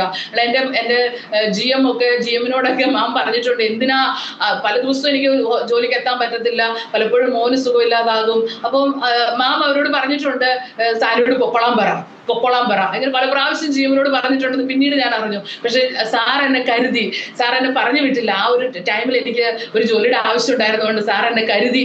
അതോർത്ത് ഞാൻ ദൈവത്തിന് നന്ദി പറയുക. പക്ഷെ ദൈവം അങ്ങനെ കരുതി. അതിനുശേഷം പെട്ടെന്ന് തന്നെ ദൈവം ഞങ്ങൾക്ക് ഒരു ചെറിയ ഭവനം തന്നു. അതും എനിക്ക് വിശ്വസിക്കാൻ പറ്റുന്ന ഒരു കാര്യമല്ലായിരുന്നു. പെട്ടെന്ന് ഞങ്ങളെ വേണ്ടി പ്രാർത്ഥിച്ച് ഇവര് പറഞ്ഞു, സാനി അഡ്വാൻസ് കൊടുക്കുക, വിശ്വസിച്ചുകൊണ്ട് അഡ്വാൻസ് കൊടുക്കുക, ദൈവം ചെയ്യും. അപ്പൊ എനിക്ക് ദൈവത്തിലുള്ളതിനേക്കാളും വിശ്വാസം ഇവരിലായിരുന്നു. ഇവർ പറഞ്ഞതുകൊണ്ട് നടക്കുമെന്നൊരു ചിന്ത എൻ്റെ ഉള്ളത്തിൽ വന്നു. അങ്ങനെ ഞങ്ങൾ ഒരു അല്പം പൈസ ഉണ്ടായിരുന്നു കൊണ്ടുപോയി സ്ഥലത്തിന് അഡ്വാൻസ് കൊടുത്തു. ഇനി എന്ത് ചെയ്യണമെന്ന് ഞങ്ങൾക്ക് അറിയാതിരിക്കുമ്പോൾ ആ സ്ഥലത്തിന്റെ ഉടമസ്ഥൻ പറഞ്ഞു, എൻ്റെ പേരിൽ ഒരു ലോൺ ഉണ്ട്, അത് ഞാൻ നിങ്ങളുടെ പേരിലേക്ക് ആക്കി തരാം, പിന്നെയും കുറച്ച് പൈസയുടെ ആവശ്യമുണ്ട്. അപ്പൊ ഞാൻ എൻ്റെ ഫാദറിനോട് വീണ്ടും പറഞ്ഞു, പപ്പ ഞങ്ങൾ ഇങ്ങനെ ഒരു സ്ഥലം വാങ്ങുന്നുണ്ട്, ഒന്ന് വന്ന് കാണണേ. ആദ്യം ഇഷ്ടപ്പെട്ടില്ലെങ്കിലും പിന്നീട് പറഞ്ഞു വന്ന് കാണാമെന്ന് പറഞ്ഞു. കണ്ടിട്ട് തിരിച്ചു വന്ന പപ്പ എന്നോട് പറഞ്ഞു, എൻ്റെ ഫാദർ പറഞ്ഞു, മോനെ എൻ്റെ സ്ഥലം വിറ്റിട്ട് ഞാൻ അല്പം സ്ഥലം അതിനുവേണ്ടി വിറ്റിട്ട് മോനെ ഈ വീട് സ്ഥലവും വാങ്ങിച്ചു തരാമെന്ന് എന്നോട് പറഞ്ഞു. ദൈവം പെട്ടെന്ന്, അപ്പൊ ഞാൻ ദൈവത്തോട് ചോദിച്ചു, കർത്താവ് ഈ ഒരു ഒറ്റ കാര്യത്തിന് വേണ്ടിയാണ് ഞാൻ ഈ നീണ്ട പ്രോസസ്സിലൂടെ പോയത്, ഈ ഒരു അല്പം പൈസക്ക് വേണ്ടിയിട്ടാണ് ഇത്രയും പ്രതിസന്ധിയിലൂടെ പോയത്. പക്ഷെ ഒരു കാര്യം എനിക്ക് മനസ്സിലായി, ഞാൻ അതിലൂടെ പോയില്ലായിരുന്നു എങ്കിൽ ഞാൻ ഈ ജീവനുള്ള ദൈവത്തെ അറിയത്തില്ലായിരുന്നു. ഒരിക്കലും എൻ്റെ ഉള്ളത്തിൽ നിന്ന് അവൻ ആ അഹങ്കാരമെല്ലാം ഫുള്ളായി പോയെന്നല്ല ഞാൻ പറയുന്നത്. എങ്കിലും ക്രിസ്തുവിനെ അറിയാനുള്ള ഒരു സാധ്യത ദൈവം എൻ്റെ ജീവിതത്തിൽ തന്നത് ആ ഒരു കാരണങ്ങൾ കൊണ്ടാണ്. എനിവേ പപ്പ ഞങ്ങൾക്ക് ആ വീട് വാങ്ങിച്ചു തന്നു, ഞങ്ങൾ അതിൽ സന്തോഷമായി ജീവിച്ചു. പക്ഷെ എൻ്റെ ഉള്ളത്തിൽ ആഗ്രഹം മുഴുവൻ എനിക്ക് ബൈബിൾ കോളേജിൽ പോകണം, കർത്താവിന്റെ വേലയ്ക്ക് പോകണം. എനിക്കങ്ങനെ ഈ മിഷൻ പ്രവർത്തനമോ അല്ലെങ്കിൽ പുറത്തുള്ള സുവിശേഷ വേല അങ്ങനെയൊന്നും എനിക്ക് അറിയത്തില്ല. എനിക്ക് ഇത്രയും അറിയത്തുള്ളൂ, മീൻസ് ട്രൈബൽ ഏരിയാസിലൊക്കെ ഒരുപാട് ആളുകളുണ്ട്, എന്റെ പോലെ എന്തായാലും ജീവിക്കുന്ന കുറെ ആളുകൾ ഉണ്ടെന്ന് എനിക്ക് എന്തായാലും നല്ല ബോധ്യം വന്നു. അപ്പൊ ഞാൻ പറഞ്ഞു, കർത്താവ് അവരുടെ ഇടയിൽ എനിക്ക് കർത്താവിന്റെ വചനം ഷെയർ ചെയ്യണം, എനിക്ക് ജോലി ചെയ്യണം, അവരുടെ ഇടയിൽ കർത്താവിന്റെ വചനം ഷെയർ ചെയ്യണം, അപ്പൊ അതിന് വചനം പഠിക്കണം, അപ്പൊ എനിക്ക് ബൈബിൾ കോളേജിൽ പോകണം. അപ്പൊ എനിക്ക് ഭയങ്കര ആഗ്രഹമാണ്. ഞാൻ ചേട്ടനോട് പറഞ്ഞു. അപ്പം പക്ഷെ അങ്ങനെ ഒരു സാഹചര്യം ഒന്നും ആ സമയത്തില്ല. ചേട്ടൻ മാത്രം വർക്ക് ചെയ്യുന്നു, ഞാനിങ്ങനെ വീട്ടിലിരിക്കുക. എനിക്ക് ജോലിക്ക് പോകാനൊന്നും മനസ്സില്ല, എനിക്ക് ഇഷ്ടമില്ല ജോലിക്ക് പോകാൻ. കാരണം എന്റെ ചിന്ത മുഴുവൻ എനിക്ക് പ്രാർത്ഥിക്കണം, വചനം വായിക്കണം. ഞാൻ ജോലിക്ക് പോയി കഴിഞ്ഞാൽ തെറ്റാണ്, ഒരു വലിയ പാപം ചെയ്യുന്ന പോലെ ഒരു ചിന്തയൊക്കെ എൻ്റെ ഉള്ളിൽ അന്നേരം കയറി. അങ്ങനെ ഞാൻ ജോലിക്കൊന്നും പോകാതെ മോനുമായിട്ട് ഇങ്ങനെ ഭവനത്തിൽ ഇരുന്ന് മോനെ അപ്പോഴേക്കും 3 വയസ്സ് കഴിഞ്ഞ് അവൻ അംഗൻവാടിയിൽ പോകും. അപ്പൊ അങ്ങനെ വീട്ടിലിരുന്ന് പ്രാർത്ഥനയും അങ്ങനെ വചന പഠനം അങ്ങനെയൊക്കെ ആയിട്ട് ഞാൻ എൻ്റെ വീട്ടിൽ തന്നെ ഇരിക്കുമോ. പക്ഷെ ആ സമയത്ത് ഞങ്ങൾ ഒത്തിരി ഫിനാൻഷ്യൽ ക്രൈസിസിലൂടെ വിട്ടു. എങ്ങനെ ദൈവത്തിൽ ആശ്രയിച്ച് ജീവിക്കാമെന്ന് കർത്താവ് ഞങ്ങളെ ഒത്തിരി അനുഭവങ്ങളിലൂടെ തന്ന് കർത്താവ് ആ സമയത്ത് ഞങ്ങളെ പഠിപ്പിക്കാനിടയായി. ഈ കുഞ്ഞിന് ആഹാരം വേണം. നമ്മൾ വലിയ ആളുകൾക്ക് പിന്നെ പ്രശ്നമൊന്നുമില്ല. ചേട്ടൻ ദൂരെ ജോലി ചെയ്യുന്നത്, മാസത്തിൽ 1 കിലോ 2 പ്രാവശ്യമൊക്കെ വരും. അപ്പം ആവശ്യത്തിനുള്ള ആഹാര സാധനം പോലും പലപ്പോഴും ഇല്ലാതെ വരുന്ന സാഹചര്യങ്ങൾ ഉണ്ടായിരുന്നു. അപ്പം അതും കർത്താവ് അറിഞ്ഞ് എന്നെ വിട്ടതാ. ശരിക്കും കർത്താവ് എന്നെ പഠിപ്പിക്കുമായിരുന്നു എങ്ങനെയാണ് നമ്മളുടെ ഒരു നോർത്ത് ഇന്ത്യൻ, അന്ന് നോർത്ത് ഇന്ത്യ എന്ന മിഷൻ ഒന്നും അറിയത്തില്ല. പക്ഷെ ഇപ്പൊ ഞാൻ തിരിഞ്ഞു നോക്കുമ്പോൾ എനിക്കറിയാം ഒരു മിഷൻ ഫീൽഡിലേക്ക് എന്നെ പ്രിപ്പയർ ചെയ്യുമായിരുന്നു കർത്താവ് അവിടെ ഇട്ട് എന്ന് എനിക്ക് നല്ലതായിട്ട് മനസ്സിലായി. ഒരു ദിവസം ഞാൻ ഒരു ചെറിയ ഉദാഹരണം പറയാം. എനിക്ക് ഒരു ദിവസം മോനെ ആഹാരം കൊടുക്കാനില്ല. അവന് സ്കൂളിൽ പോകണം, അവന് മീൻസ് സ്നാക്സ് കൊടുത്തു വിടണം. അപ്പൊ അങ്ങനെയൊക്കെ ഒരു സാഹചര്യം വന്നപ്പം എൻ്റെ ഉള്ളില് എൻ്റെ ഹസ്ബൻഡിനോട് ഭയങ്കരമായിട്ട് ഉള്ളിൽ ഭയങ്കര ദേഷ്യം വന്നു. ദേഷ്യം വന്നു കഴിഞ്ഞാൽ ഹസ്ബൻഡ് അല്ലേ, അതല്ലേ എൻ്റെ ഉത്തരവാദിത്തത്തോടെ കാര്യങ്ങളൊക്കെ നോക്കണ്ടേ. അപ്പൊ എനിക്ക് ഉണ്ടോ ഇല്ലയോ എന്ന് ചോദിക്കണ്ടേ, ഇല്ലെങ്കിൽ എവിടെന്നെങ്കിലും അഡ്ജസ്റ്റ് ചെയ്ത് തരണ്ടേ, അത് അദ്ദേഹത്തിന്റെ ഉത്തരവാദിത്വം അല്ലേ, എന്നെ ഇങ്ങനെ കുഞ്ഞിനെ ഇങ്ങനെ ഇട്ടിട്ട് അങ്ങ് പോയല്ലോ എന്നൊക്കെ പറഞ്ഞ് എൻ്റെ ഉള്ളിൽ അങ്ങ് ഭയങ്കര മുറുമുറുപ്പായി. ഞാനിങ്ങനെ ഭയങ്കരമായിട്ട് മുറുമുറുത്ത്. എനിവേ നാളത്തെ ദിവസം വരുവാ, വേറെ വഴിയില്ല, കർത്താവിൽ ആശ്രയിച്ചേ പറ്റത്തുള്ളൂ. അപ്പം ഞാനിങ്ങനെ ചിന്തിച്ചു എന്നാൽ ശരി പ്രാർത്ഥിക്കാം എന്ന് വിചാരിച്ച് ഞാൻ പ്രാർത്ഥിക്കാനായിട്ട് പോയിട്ട് ദൈവസന്നിധിയിൽ ഇരുന്ന് കരയാനും പ്രാർത്ഥിക്കാനും തുടങ്ങുമ്പോൾ എനിക്ക് എന്ത് ചെയ്താൽ ആ ദൈവസാന്നിധ്യം എനിക്ക് അനുഭവിക്കാൻ പറ്റുന്നില്ല. അപ്പൊ ഞാൻ ചോദിച്ചു, കർത്താവെ അങ്ങും എന്നെ കൈവിട്ടോ, എനിക്ക് ഈ ലോകത്ത് ആരുമില്ല, അങ്ങും എന്നെ കൈവിട്ടോ എന്ന് ചോദിച്ച് ഞാനിങ്ങനെ പ്രാർത്ഥിക്കുമ്പോൾ കർത്താവിനോട് പറഞ്ഞു, നീ പിറുപിറുക്കുന്നവളാണെന്ന് പറഞ്ഞു. അപ്പൊ ഞാൻ പറഞ്ഞു, ഇല്ല കർത്താവേ, ഞാൻ അങ്ങോട്ട് ഒരിക്കലും പിറുപിറുക്കില്ല, എന്റെ ജീവിതത്തിൽ ആകെ എനിക്കുള്ളത് അങ്ങ് മാത്രം, ഞാൻ ഒരിക്കലും അങ്ങോട്ട് ഞാൻ പിറുപിറുക്കില്ല എന്ന് പറഞ്ഞു. അപ്പം കർത്താവിനോട് പറഞ്ഞു, നീ പുറപ്പാട് പുസ്തകം 16-ാം അധ്യായം എടുത്ത് വായിക്കാൻ പറഞ്ഞു. എനിക്കങ്ങനെ വചനം അങ്ങനെ അറിവൊന്നുമില്ല ആ സമയത്ത്. അല്ല ഇപ്പോഴും അല്ല, മീൻസ് ഞാൻ പറയുമായിരുന്നു, അന്നും എനിക്ക് ഒട്ടും ഒരു ഇതും അറിയത്തില്ല. അപ്പൊ ഞാൻ ആ 16-ാം അധ്യായം എടുത്ത് വായിക്കാൻ തുടങ്ങിയപ്പം മോശയ്ക്കെതിരെ ഇസ്രായേൽ മക്കൾ പിറുപിറുത്തത് ദൈവത്തിന് വിരോധമായിട്ടാണെന്ന് പറഞ്ഞ് ദൈവം ഇസ്രായേൽ മക്കൾക്കൂടെ ശിക്ഷിക്കുന്ന ഒരു രംഗമാണ് അവിടെ എഴുതിയിരിക്കുന്നത്. അപ്പൊ എനിക്ക് മനസ്സിലായി, നമ്മെ നടത്തുന്നവർക്കെതിരെ നാം പിറുപിറുക്കുന്നത് നാം ദൈവത്തിനെതിരെ പിറുപിറുക്കുന്നതിന് തുല്യമാണ് എന്ന് കർത്താവിന്റെ ഉള്ളത്തിൽ ആ ചിന്ത തന്നപ്പം ഞാൻ ദൈവസന്നിധിയിൽ നിലവിളിച്ച് പറഞ്ഞു, കർത്താവേ ഇല്ല, ഞാൻ ഇനി ഒരിക്കലും പിറുപിറുക്കത്തില്ല, എന്റെ ഏത് സാഹചര്യമാണെങ്കിലും ഞാൻ പിറുപിറുക്കില്ല എന്നൊക്കെ കർത്താവിനോട് ക്ഷമയൊക്കെ പറഞ്ഞ് ഞാനൊരു 3 മണിക്കാണ് പ്രാർത്ഥിക്കാനിരുന്നത്. ഞാൻ ഒരു 5:30 വാതിലെ മുട്ട് കേട്ടാ ഞാൻ എഴുന്നേക്കുന്നത്. ഞാൻ 5:30 വാതിലെ മുട്ട് കേട്ട് എഴുന്നേൽക്കുമ്പോൾ ചേട്ടന്റെ പപ്പ 2 കൈയിലും വലിയ 2 കിറ്റുമായിട്ട് വന്നിരിക്കുവോ. ഒരു കൈ നിറച്ച് വെജിറ്റബിൾസ്, ഒരു കൈ നിറച്ച് അവനുള്ള സ്വീറ്റ്സുമായിട്ട് വരിക. എന്നിട്ട് പപ്പ പറഞ്ഞൊരു സെന്റൻസ് ആണ് ഞാൻ ചിന്തിച്ചത്. പപ്പ പറയും, മോളെ ഈ റൂട്ടിൽ ബസ് ഇല്ല, എത്ര നേരമായി ഞാനൊരു ബസ് കിട്ടും, ഞാൻ 2 മണിക്ക് ബസ് സ്റ്റോപ്പിൽ നിൽക്കുന്നതാ എന്ന്. വീട്ടിലേക്ക് വരാൻ 2 മണിക്ക്, ഞാൻ പ്രാർത്ഥിക്കാനിരിക്കുന്നത് 3 മണിക്കാണ്. പക്ഷെ എൻ്റെ ആവശ്യങ്ങൾ അറിഞ്ഞ് എനിക്ക് അതിനു മുമ്പേ കരുതാനുള്ള എല്ലാം ദൈവം കരുതി. പക്ഷെ എന്നെ അത് പഠിപ്പിക്കാൻ വേണ്ടിയിട്ട് കർത്താവ് എന്നെ ആ ഒരു സാഹചര്യത്തിലൂടെ കടത്തിവിട്ടു. അങ്ങനെ ദൈവം പല രീതിയിലും ഫിനാൻഷ്യൽ കാര്യങ്ങളിലെല്ലാം കർത്താവ് ഞങ്ങളെ കരുതി. വീണ്ടും ഈ വീടിന്റെ ലോൺ ഞങ്ങൾക്ക് നിർത്തി തന്ന് ഞങ്ങൾക്ക് തിരിച്ചടയ്ക്കാൻ പറ്റാതെ വന്നു. അപ്പം ഞാൻ ചിന്തിച്ചു, ദൈവമേ, വല്ലാത്തൊരു ഫിനാൻഷ്യൽ ക്രൈസിസ്. അപ്പോൾ കറണ്ട് ബില്ല് അടയ്ക്കാൻ പൈസ ഇല്ല, വെള്ളത്തിന് പൈസ അടയ്ക്കാനില്ല. അപ്പൊ ഞാൻ എന്ത് ചെയ്യും, മിറ്റം അടിക്കത്തില്ല, ലൈറ്റ് ഇടത്തില്ല. ആൾതാമസം ഉണ്ടെന്ന് അറിഞ്ഞാലാണല്ലോ പ്രശ്നം ഉണ്ടാകത്തുള്ളൂ. അപ്പോൾ ഈ ആൾതാമസം ഒന്നും ഇല്ല എന്നുള്ള രീതിയിൽ അറിയിക്കാൻ ഞാനും കുഞ്ഞും കൂടെ വീടിനകത്ത് ഒതുങ്ങി അങ്ങനെ അങ്ങ് ജീവിക്കുക. അപ്പം ആ ഒരു സാഹചര്യത്തിലാണ് ഈ ലോൺ നിർത്തി തന്ന ആള് പറഞ്ഞു, 1 വീക്കിനുള്ളിൽ ഞങ്ങളുടെ ലോൺ തിരിച്ചടയ്ക്കണമെന്ന് പറഞ്ഞു. ഞങ്ങള് അതിനു മുന്നേ ഞങ്ങൾ ആഗ്രഹിച്ചു, ഞങ്ങൾക്ക് ഇത് അടയ്ക്കാൻ പറ്റത്തില്ല, അപ്പൊ ഈ വീട് സ്ഥലവും തിരിച്ച് വിൽക്കണമെന്നായിരുന്നു ഞങ്ങളുടെ ആഗ്രഹം. അപ്പൊ ഞങ്ങള് പ്രാർത്ഥിക്കുന്നുണ്ട്. പക്ഷെ ഒരു വില തരാനോ അത് ചെയ്യാനോ മറ്റുള്ളവർ സമ്മതിക്കുന്നില്ല. അവർക്കത് ചെറിയ വിലയ്ക്ക് കിട്ടാൻ വേണ്ടിയിട്ട് അവരത് ഒരു കച്ചവടത്തിലേക്ക് പോകാൻ ആരും അനുവദിക്കുന്നില്ല. അപ്പൊ ഞങ്ങളിങ്ങനെ പ്രാർത്ഥിക്കുമ്പോൾ അന്ന് രാവിലെ ഒരു 6:30 ആയപ്പം ഞാൻ മുറ്റത്ത് നിൽക്കുമ്പോൾ ഈ ഇദ്ദേഹം വന്ന് എന്നോട് പറഞ്ഞിട്ട് പോയി. അപ്പൊ തന്നെ ഞാൻ വീടിനകത്ത് കയറി പ്രാർത്ഥിക്കാനിരുന്നു. 6:30 മുതൽ ഇടയ്ക്ക് ഞാൻ ഉറങ്ങി, ഇടയ്ക്ക് ഞാൻ കരഞ്ഞു, പ്രാർത്ഥിച്ചു. എനിവേ ഈവനിങ് 5:30 ഒക്കെ ആയപ്പം ചേട്ടന്റെ പപ്പ ഇതുപോലെ ഒരാളെ കൊണ്ട് വന്നു ഈ സ്ഥലം സെയിലിന് വേണ്ടിയിട്ട്. അപ്പം അത് കണ്ടപ്പോൾ ഞങ്ങളുടെ അയൽവാസികൾ തന്നെ വന്നിട്ട് പറഞ്ഞു, യെസ്, ഞങ്ങൾ ഇത് എടുത്തോളാം. പക്ഷെ ഞങ്ങൾ ചിന്തിക്കുക പോലും ചെയ്യാത്ത ഒരു എമൗണ്ട് അവർ ഓഫർ ചെയ്തു ഞങ്ങൾക്ക്. അങ്ങനെ ആ വീട് സ്ഥലവും വിറ്റ് നല്ലൊരു ലെവലിൽ ഞങ്ങളുടെ കടവെല്ലാം മാറി ദൈവം ഞങ്ങളെ അവിടുന്ന് മാറ്റി വേറൊരു സ്ഥലത്തേക്ക് ഞങ്ങൾ താമസം പോയി. അവിടെയും ഇതുപോലെ തന്നെ, ഞാൻ ജോലിക്ക് പോകത്തില്ല, ഞാൻ കുറച്ച് ട്യൂഷൻ എടുക്കും, പിന്നെ ഞാൻ ഇരുത്തി ഉപവാസം പ്രാർത്ഥിക്കും. കർത്താവേ, എനിക്ക് ബൈബിൾ കോളേജിൽ പോകണം, എനിക്ക് സത്യം പറഞ്ഞാൽ ബസ്സിന് പോകാനുള്ള പൈസ എൻ്റെ കയ്യിലില്ല, വാടക കൊടുക്കാനില്ല. പക്ഷെ എനിക്ക് എങ്ങനെയാ എന്താണെന്ന് അറിയത്തില്ല, എനിക്ക് ജോലിക്ക് പോകാൻ ഇഷ്ടമില്ല, എനിക്ക് ഒട്ടും 1-2 സ്ഥലങ്ങളിൽ ഞാൻ ട്രൈ ചെയ്തു, പക്ഷെ 1 മാസം പോലും തികച്ച് എനിക്ക് പോകാൻ പറ്റത്തില്ല. അങ്ങനെ ഇരിക്കുമ്പോൾ ഒരു ദേവദാസൻ വന്നിട്ട് എന്നോട് പറഞ്ഞു, മോളെ, ദൈവം നിനക്ക് വേണ്ടി ഒരു വാതിൽ തുറക്കുക, നീ അതിന് വേണ്ടി പൊയ്ക്കൊള്ളാം എന്ന് പറഞ്ഞു. ഞാൻ അവിടെ ഇരുന്ന് കരഞ്ഞു. ഇല്ല കർത്താവേ, ഞാൻ ബൈബിൾ കോളേജിലെ പോകത്തുള്ളൂ, എനിക്ക് ജോലിക്ക് പോകണ്ട എന്ന് പറഞ്ഞ് ഞാൻ ഇരുന്ന് കരയാൻ തുടങ്ങി. പക്ഷേ നെക്സ്റ്റ് ഡേ ഞങ്ങൾ താമസിക്കുന്നിടത്ത് ഒരു കിൻഫ്ര പാർക്ക് ഉണ്ട്, അവിടെ ഒരു വേക്കൻസി ഉണ്ട്. പക്ഷെ അതിനുള്ള ക്വാളിഫിക്കേഷൻ ഒന്നും എനിക്കില്ല, ആ പോസ്റ്റിനുള്ള ക്വാളിഫിക്കേഷൻ ഒന്നും എനിക്കില്ല. അവിടെ നന്നായിട്ട് ഹിന്ദി പറയണം, നന്നായി ഇംഗ്ലീഷ് പറയണം, അങ്ങനെയുള്ളവർക്കുള്ള വേക്കൻസി. ഞാൻ പറഞ്ഞു എനിക്ക് പറ്റത്തില്ല, ഞാൻ പോകത്തില്ല എന്ന് പറഞ്ഞു. അങ്ങനെ ഞാൻ ഇരിക്കുന്ന സാഹചര്യത്തിൽ ഏകദേശം 2 മാസം ഞാൻ ആ ജോലിക്ക് പോയില്ല. വേക്കൻസി ഞാൻ അപ്ലൈ ചെയ്യാൻ പോയില്ല. 2 മാസം കഴിഞ്ഞപ്പോൾ എന്റെ കസിനാണ് എന്നോട് പറഞ്ഞ്, 2 മാസം കഴിഞ്ഞിട്ട് അത് ചെയ്തില്ലെന്ന് എന്റെ കസിൻ എന്നെ നിർബന്ധിച്ച് എന്നെ ആ കമ്പനിയിൽ ഇന്റർവ്യൂവിന് കൊണ്ടുപോയി. അവിടെ കൊണ്ടുപോയി അപ്ലൈ ചെയ്യിച്ച് അവിടെ എന്നെ ഇന്റർവ്യൂവിന് കൊണ്ടുപോയി. അവിടെ ഞാനത് പറയാൻ കാരണം, ഇന്റർവ്യൂവിന് ചെന്നപ്പം അവിടുത്തെ GM എന്നെ പരിചയം ഉണ്ടായിരുന്നു. അപ്പൊ GM എന്നോട് പറയുവാണ്, അവിടുത്തെ ഇന്റർവ്യൂ ഇങ്ങനെയായിരുന്നു.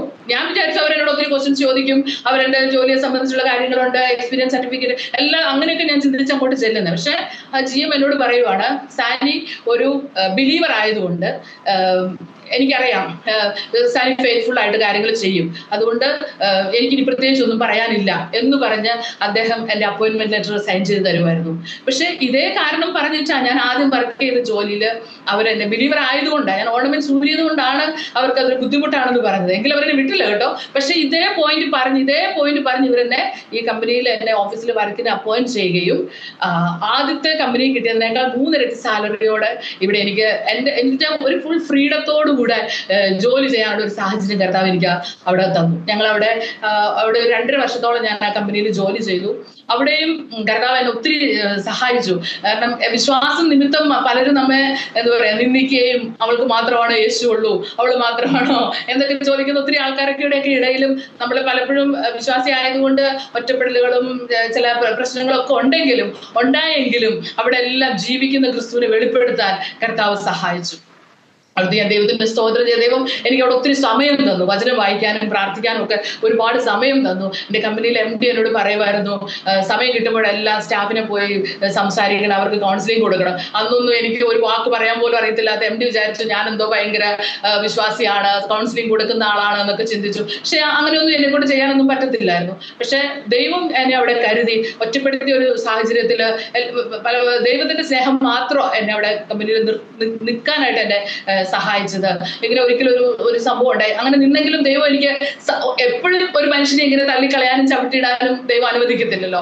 ഇടയ്ക്കൊക്കെ ദൈവം നമ്മളെ ഒരു പ്രോത്സാഹനത്തിന് വേണ്ടി, മോളെ നീ സഹിക്കുന്ന നിന്നൊക്കെ നമ്മളെ ഒന്ന് എഴുന്നേൽപ്പിക്കാൻ ഒരു പ്രോത്സാഹനം എന്നൊക്കെ പോലെ കർത്താവ് നമ്മളെയും ചില കാര്യങ്ങളൊക്കെ നമുക്കും ചെയ്തു തരും. അങ്ങനെയും അവിടെ കമ്പനിയിൽ ദൈവം എനിക്കൊരു കാര്യം ചെയ്തു തന്നു. അവിടെ ഞങ്ങളുടെ കമ്പനിയുടെ ഫാക്ടറിയിൽ ഒരു പുതിയ മിഷൻ ലൈനിന്റെ, ഞാൻ വർക്ക് ചെയ്തൊരു പ്രൊഫൈൽ കമ്പനിയിലാണ്, പ്രൊഫൈൽ ഡോർ ഉണ്ടാക്കുന്ന ഒരു കമ്പനിയിലാണ്, പ്ലാസ്റ്റിക് ഡോർ. അപ്പം ഈ അതിന്റെ മാനുഫാക്ചറിങ് യൂണിറ്റിൽ ഒരു പുതിയ മെഷീൻ ലൈൻ വന്നു. അതിന്റെ ഇനാഗുറേഷന്റെ ടൈമാണ്. അപ്പൊ സാധാരണ രീതിയിൽ അവിടുന്ന് അച്ഛൻ വരും, വെഞ്ചരിക്കും, അങ്ങനെ മെഷീൻ ഇനാഗുറേഷൻ നടത്തുന്നത്. പക്ഷെ ഇവിടെ ഫാക്ടറിയിൽ ഇങ്ങനെ ഒരു പരിപാടി ഉണ്ടെന്ന് പോലും ഞങ്ങളുടെ മാനേജർ എന്നോട് പറഞ്ഞില്ല. എല്ലാം എന്നെ എല്ലാ രീതിയിലും ഒഴിവാക്കി നിർത്തിയിരിക്കുന്ന ഒരു സാഹചര്യമായിരുന്നു. പക്ഷെ അന്ന് ഈ MD വന്നിട്ട് എന്നോട് പറഞ്ഞു, സാനി നമ്മുടെ ഫാക്ടറിയിൽ ഇങ്ങനെ ഒരു മെഷീന്റെ ഇനാഗുറേഷൻ ആണ്, അതുകൊണ്ട് സാനി വന്നതൊന്ന് പ്രാർത്ഥിച്ച് സമർപ്പിക്കണമെന്ന് പറഞ്ഞു. ഞാൻ അങ്ങ് ആകെ ഞെട്ടി, ഞാൻ ശരിക്കും ഞെട്ടിപ്പോയി. കാരണം ആദ്യമായിട്ട് ഇങ്ങനെ പറയുന്നത്, അത് MD വന്നാ പറയുന്നത്. അപ്പൊ എന്നോട് എന്റെ പേടി കണ്ടിട്ട് MD ചോദിച്ചു, എന്താ സാനിക്ക് പറ്റത്തില്ലെന്ന് ചോദിച്ചു. പറ്റത്തില്ലെന്ന് ചോദിക്കുമ്പോൾ നമുക്ക് പറ്റില്ലെന്ന് പറയാൻ പറ്റത്തില്ലല്ലോ. അപ്പൊ എനിക്കറിയത്തില്ല ഞാൻ എന്താ ചെയ്യേണ്ടതെന്ന് എനിക്കറിയത്തില്ല. അപ്പൊ MD എന്നോട് പറയുക, സാനിയുടെ കയ്യിൽ ബൈബിൾ ഉണ്ടല്ലോ, ആ ബൈബിൾ കൊണ്ടുവന്ന് ഒന്ന് വായിച്ച് പ്രാർത്ഥിച്ച് ഒന്ന് മാത്രം മതി, വേറൊന്നും വേണ്ടാന്ന് പറഞ്ഞു. അപ്പം ഞാൻ ചിന്തിച്ചു, ദൈവമേ എന്റെ കയ്യിൽ ബൈബിൾ ഉണ്ടെന്ന് MD എങ്ങനെ അറിയുന്നേ? MD എറണാകുളത്താ, ഞങ്ങള് വേറെ സ്ഥലത്താ. പക്ഷെ എനിവേ ആ ഇനാഗുറേഷന്റെ ടൈമിൽ അന്നിട്ട് പോലും എന്നെ ആരും പറഞ്ഞില്ല, വരാൻ എന്നോട് പറഞ്ഞിട്ടില്ല, എന്നോട് പറഞ്ഞിട്ടില്ല അവിടെ ഇനാഗുറേഷൻ ഉണ്ടെന്ന്. പക്ഷെ ആ സമയത്ത് MD മാനേജറെ കൊണ്ട് വിളിപ്പിച്ചു. ഞാൻ ചെല്ലുമ്പോൾ MD എന്നോട് പറഞ്ഞു, പ്രാർത്ഥിക്കാൻ പറഞ്ഞു. സിസ്റ്ററെ, അന്ന് ദൈവം എനിക്ക് തന്ന ശബ്ദം ഞാൻ എപ്പോഴും ഓർക്കും, കർത്താവേ അത് എവിടെ നിന്നായിരുന്നു ആ ശബ്ദം വന്നതെന്ന്. 3 ലൈൻ മെഷീൻ നല്ല ശബ്ദത്തിൽ വർക്ക് ചെയ്യുമ്പോൾ ആ ശബ്ദത്തെ കവിയുന്ന ഒരു ശബ്ദത്തിൽ ആമേൻ ബൈബിൾ വായിക്കാനും പ്രാർത്ഥിച്ച് സമർപ്പിക്കാൻ ഒരു വലിയൊരു അഭിഷേകം, വലിയൊരു മുഴക്കം. ആ ശബ്ദം എന്റേതല്ലായിരുന്നു, വലിയൊരു മുഴക്കമായിരുന്നു ആ വലിയ ഹോളില്. അങ്ങനെ ദൈവം അവിടെ ഒരു പ്രവൃത്തി ചെയ്തു. അതിനുശേഷം എന്നോട് പിശാച് പറഞ്ഞു, ഇനി നിന്നെ കൊണ്ട് ഈ ബൈബിൾ ഇവിടെ വെപ്പിക്കത്തില്ലെന്ന് പറഞ്ഞു. എന്നോട് ശരിക്കും വാദിച്ചു. ഞാൻ പറഞ്ഞു പറ്റത്തില്ല, ഞാൻ അങ്ങനെയാണെങ്കിൽ ഇനി ഈ ബൈബിൾ ഇവിടുന്ന് കൊണ്ടുപോകത്തില്ലെന്ന് പറഞ്ഞ് ഞാൻ അന്ന് ആ ബൈബിൾ ആ ഓഫീസിൽ വെച്ച് പിന്നെ ഞാൻ വേറെ ബൈബിൾ വേറെ വീട്ടിൽ വാങ്ങിക്കുകയാണ് ചെയ്തത്. പക്ഷെ അതിനുശേഷം ഞാൻ ആ കമ്പനിയിൽ നിന്ന് പോരാൻ തീരുമാനിച്ചപ്പോൾ എനിക്കറിയത്തില്ലായിരുന്നു ഇതിന്റെ ഇടയിലൊക്കെ ഒത്തിരി കളികളുണ്ട്, എനിക്കെതിരെ പ്രശ്നങ്ങളുണ്ടെന്നൊന്നും, എനിക്ക് അതിന്റെ കറക്റ്റ് റൂട്ടൊന്നും എനിക്ക് അറിയത്തില്ലായിരുന്നു. പക്ഷെ ഞാൻ പോരുന്ന സമയമായപ്പം ഞാൻ പറഞ്ഞു ഞാൻ പോവാൻ നിൽക്കുന്നില്ല എന്ന് പറഞ്ഞപ്പം അവർക്കെല്ലാം വ്യക്തിപരമായ ദൈവ അനുഭവങ്ങളെ കൊടുത്തത് കൊണ്ട് അവരെന്നോട് പറഞ്ഞു, സാനി പോവല്ലേ, സാനി ചോദിക്കുന്ന സാലറി തരും, സാനി പൈസയ്ക്ക് വേണ്ടിയാണെങ്കിൽ പോവല്ലേ എന്ന് പറഞ്ഞു. ഞാൻ പറഞ്ഞു ഇല്ല, എത്ര സാലറി തന്നാലും ഞാൻ പോകും, ഞാൻ ഇങ്ങനെയാ പോകുന്നത് എന്നിങ്ങനെ പറഞ്ഞു. അപ്പോൾ അവർ പറഞ്ഞു സാനി പോകല്ലേ, സാനി അവിടെ ഇരിക്കുന്നത് MD ഭയങ്കര സന്തോഷമാണ്. അപ്പൊ ഞാൻ ചോദിച്ചു അതെന്താ? അപ്പൊ എന്നോട് പറഞ്ഞിട്ടുണ്ട്, ഞങ്ങളോട് പറഞ്ഞിട്ടുണ്ട്, സാനി പ്രാർത്ഥിക്കുന്ന ഒരാളാ, ആ കുട്ടി അവിടെ ഇരിക്കുന്നത് സ്ഥാപനത്തിൽ ഒരു ബ്ലെസ്സിംഗാ, അതിനെ ഉപദ്രവിക്കണ്ടായിരുന്നു. പലപ്പോഴും എന്നെ കുറിച്ച് എന്തൊക്കെയോ കംപ്ലൈന്റ് ചെയ്തിട്ടാവാം, മേ ബി എനിക്ക് അറിയത്തില്ല. പക്ഷെ എന്റെ കയ്യിൽ ബൈബിൾ ഉണ്ടെന്നും ഞാൻ ബൈബിൾ വായിച്ചുകൊണ്ടിരിക്കുവാണെന്നും അങ്ങനെയൊക്കെയുള്ള എന്തെങ്കിലുമൊക്കെ സംഭവിച്ചിട്ടാകാം. എനിവേ, അപ്പൊ എനിക്ക് ഭയങ്കര സന്തോഷം തോന്നി. ഞാൻ ആ സ്ഥാപനത്തിൽ ഒത്തിരി നാൾ നുറുങ്ങി, ഒത്തിരി നാൾ വേദനിച്ച് കരഞ്ഞെങ്കിലും അറ്റ്ലീസ്റ്റ് എന്റെ ദൈവം വലിയവനാണെന്ന് ആമേൻ അവരുടെ വായിൽ നിന്ന് കേൾക്കാൻ എനിക്കൊരു അവസരം കിട്ടി. ഞാനത് ദൈവത്തിന് ഭയങ്കരമായിട്ട് ഞാൻ ദൈവത്തിന് നന്ദി പറയാനിടയായി. ആമേൻ. അങ്ങനെ ആ സ്ഥാപനത്തിൽ ഇരിക്കുന്ന സമയത്താണ് ഞാൻ ഈ വടക്കേ ഇന്ത്യയിലുള്ള പ്രവർത്തനങ്ങളെ കുറിച്ചും കാര്യങ്ങളൊക്കെ ആയിട്ട് സ്ട്രേഞ്ചിലിക്ക അവിടെ ഒരു 15 days ട്രെയിനിങ് നാട്ടിലുണ്ടായിരുന്നു. അപ്പൊ ഞങ്ങൾ കുടുംബമായിട്ട് ഞങ്ങൾ അതിന്റെ ആ ട്രെയിനിങ് അറ്റൻഡ് ചെയ്തു. അപ്പം ആ അറ്റൻഡ് ചെയ്യുമ്പോഴാണ് ശരിക്കും പറഞ്ഞാൽ കേരളത്തിന് പുറത്തുള്ള മിഷൻ പ്രവർത്തനങ്ങളെ കുറിച്ചൊക്കെ ഞങ്ങൾ അറിയുന്നത്. ഞങ്ങളൊരു ഇൻഡിപെൻഡന്റ് ചർച്ചിലാണ് പോയിക്കൊണ്ടിരുന്നത്. അപ്പം ഞങ്ങളുടെ എൻ്റെ മമ്മിയുടെ ചേച്ചിയുടെ വീട്ടിലാണ് ചർച്ച്. ഞങ്ങൾ വളരെ കുറച്ച് ആൾക്കാരേ ഉള്ളൂ, ഏകദേശം ഒരു 10-15 ആൾക്കാരെ ഞങ്ങൾ ടോട്ടൽ അവിടെ ഉള്ളൂ. അപ്പൊ അവിടെയുള്ള വചന പഠനം, അവിടെയുള്ള ആരാധന, അവിടെയുള്ള പ്രാർത്ഥന, അത് മാത്രം, അതിൽ കവിഞ്ഞിട്ട് പുറലോകമായിട്ട് പുറത്തെ വിശ്വാസ കൂട്ടമായിട്ടോ അല്ലെങ്കിൽ ഒന്നുമായിട്ട് ഞങ്ങൾക്ക് ഒരു ബന്ധവും ഇല്ല. ഞങ്ങൾക്ക് അത് മാത്രമേ ഉള്ളൂ. അപ്പം അതാണെങ്കിലും ആ ചർച്ച് എന്നെ ആത്മീയമായി വളരാൻ ഞങ്ങൾ ഒത്തിരി സഹായിച്ചു, ഒത്തിരി സപ്പോർട്ട് ചെയ്യുമായിരുന്നു. ഞങ്ങളുടെ അപ്പച്ചനൊക്കെ എപ്പോഴും വചനം പറഞ്ഞു തന്ന് എപ്പോഴും പ്രാർത്ഥിക്കുകയൊക്കെ ചെയ്ത് ഞങ്ങളെ വളരെ സപ്പോർട്ട് ചെയ്യുന്ന ഒരു ചർച്ചായിരുന്നു. അപ്പം ഈ ഞങ്ങൾ ഇങ്ങോട്ട് ഈ മീറ്റിംഗിന് അറ്റൻഡ് ചെയ്യുമ്പം ഈ പുറത്തുള്ള മിഷൻ ഫീൽഡുകളെ കുറിച്ചും പ്രവർത്തനങ്ങളെ കുറിച്ചും ഒക്കെ ഒരു പറയുമ്പോൾ തന്നെ കർത്താവ് എന്നോട് സംസാരിക്കാനായിട്ട് ഇടയായി. കർത്താവ് ഇങ്ങനെ ചേട്ടനോടും എന്നോടും എല്ലാം ശക്തമായിട്ട് ഇങ്ങനെ വടക്കേ ഇന്ത്യയെ കുറിച്ച് പോകണം, അവിടുത്തെ പ്രവർത്തനങ്ങൾ, അപ്പൊ ശക്തമായിട്ടുള്ള ദൈവം അഭിഷേകം പകരുന്നു, പ്രാർത്ഥിപ്പിക്കുന്നു, കരയിക്കുന്നു. വടക്കേന്ത്യ മൊത്തം ഞങ്ങളുടെ ഹൃദയത്തിലേക്ക് തന്നതുപോലെ, അതായത് ഒരു വലിയൊരു ഭാരം കർത്താവ് തന്നു. അതായത് ഇനി ഒരു നിമിഷം പോലും അവിടെ നിൽക്കാൻ പറ്റത്തില്ല, അവിടുന്ന് പറഞ്ഞു പോന്നേ പറ്റത്തുള്ളൂ എന്നുള്ളൊരു ചിന്ത കർത്താവ് ഉള്ളത്തിൽ തന്നു. അപ്പം ഞങ്ങൾക്ക് അറിയത്തില്ല എങ്ങോട്ടാ പോകണ്ടേ, എങ്ങനെ പോകണ്ടെന്നൊന്നും ഞങ്ങൾക്ക് അറിയത്തില്ല. ആ ട്രെയിനിങ് കഴിഞ്ഞ് ഞാൻ ഓഫീസിൽ വന്നിട്ടാണ് ഞാൻ പറയുന്നത് ഞാൻ ജോലിക്ക് വരുന്നില്ല എന്ന് പറയുന്നത്. അപ്പം ജോലി കഴിഞ്ഞിട്ട് ആ ഒരു ഇത് കഴിഞ്ഞിട്ട് വീണ്ടും ഞാനൊരു 2 days മീറ്റിങ്ങിന് വേണ്ടി വീണ്ടും കാക്കനാട് എന്ന് പറഞ്ഞ സ്ഥലത്ത് പോകുക. അപ്പൊ എങ്ങോട്ടാ പോകണ്ടേ, എങ്ങനെ പോകണ്ടേന്ന് ഒന്നും അറിയത്തില്ല. ഞാൻ പോയി ജോലിക്ക് ചെല്ലത്തില്ല എന്ന് പറഞ്ഞ് ഞാൻ ജോലി റിസൈൻ ചെയ്തു. അപ്പൊ ഞാനിങ്ങനെ കാക്കനാടിന് പോകുന്ന മീറ്റിങ്ങിന് പോകുമ്പം ഞാൻ ബസ്സിൽ നിൽക്കുമ്പോൾ ദൈവാത്മാവ് എന്നോട് പറഞ്ഞു, നിന്നെ വടക്കേ ഇന്ത്യയിൽ ഒരു UP സ്കൂൾ ടീച്ചറായിട്ട് ഞാൻ അയക്കാൻ പോകുക എന്ന് കർത്താവിനോട് പറഞ്ഞു. അപ്പോൾ അത് കേട്ടിട്ടാണ് ഞാൻ ഈ മീറ്റിങ്ങിന് കയറി ചെല്ലുന്നത്. മീറ്റിങ്ങിന് ചെല്ലുമ്പോൾ എൻ്റെ കസിൻ വന്നിട്ട് എന്നോട് പറയുക, ഒരു പാസ്റ്റർ നിന്നെ അന്വേഷിക്കുന്ന ചേച്ചിയെന്ന്. അപ്പം ആ പാസ്റ്റർ ആണെങ്കിലും എനിക്ക് ആകെ 2 പ്രാവശ്യം കണ്ട് എനിക്ക് പരിചയമുള്ളൂ. മീൻസ് ഞങ്ങൾക്ക് വ്യക്തിപരമായിട്ട് ഞങ്ങൾക്ക് അറിയത്തില്ല, ജസ്റ്റ് കണ്ട് പരിചയം മാത്രമേ ഉള്ളൂ. അപ്പം ആ പാസ്റ്റർ എന്നോട് പറഞ്ഞു, മോളെ നിനക്ക് ബീഹാറിൽ പോകാൻ താല്പര്യമുണ്ടോ? അവിടെ വേല ചെയ്യുന്ന ഒരു ഡോക്ടർ എബി എന്ന് പറയുന്ന ഒരാളുണ്ട്, അദ്ദേഹത്തിന്റെ ഭാര്യ ബാങ്കിൽ മാനേജറാണ്. അപ്പം അവരൊരു സ്കൂൾ തുടങ്ങുവാണ്. അപ്പൊ നിനക്ക് അവിടെ ടീച്ചറായിട്ട് നിങ്ങൾ കുടുംബമായിട്ട് പോകാൻ തയ്യാറാണോ എന്ന് ചോദിച്ചപ്പം അപ്പൊ എനിക്ക് പെട്ടെന്ന് മനസ്സിലായി കർത്താവ് ഇത് ഉറപ്പിച്ച് പറയാൻ വേണ്ടിയിട്ടാണ് ബസ്സിൽ വെച്ച് എന്നോട് സംസാരിച്ചത്. അപ്പൊ ഞാൻ പറഞ്ഞു തീർച്ചയായിട്ടും പോകാം അങ്കിളെ. ഞാൻ ചേട്ടനോട് പോലും ചോദിച്ചില്ല, ഞാൻ പറഞ്ഞു പോകാം അങ്കിളെ എന്ന് പറഞ്ഞു.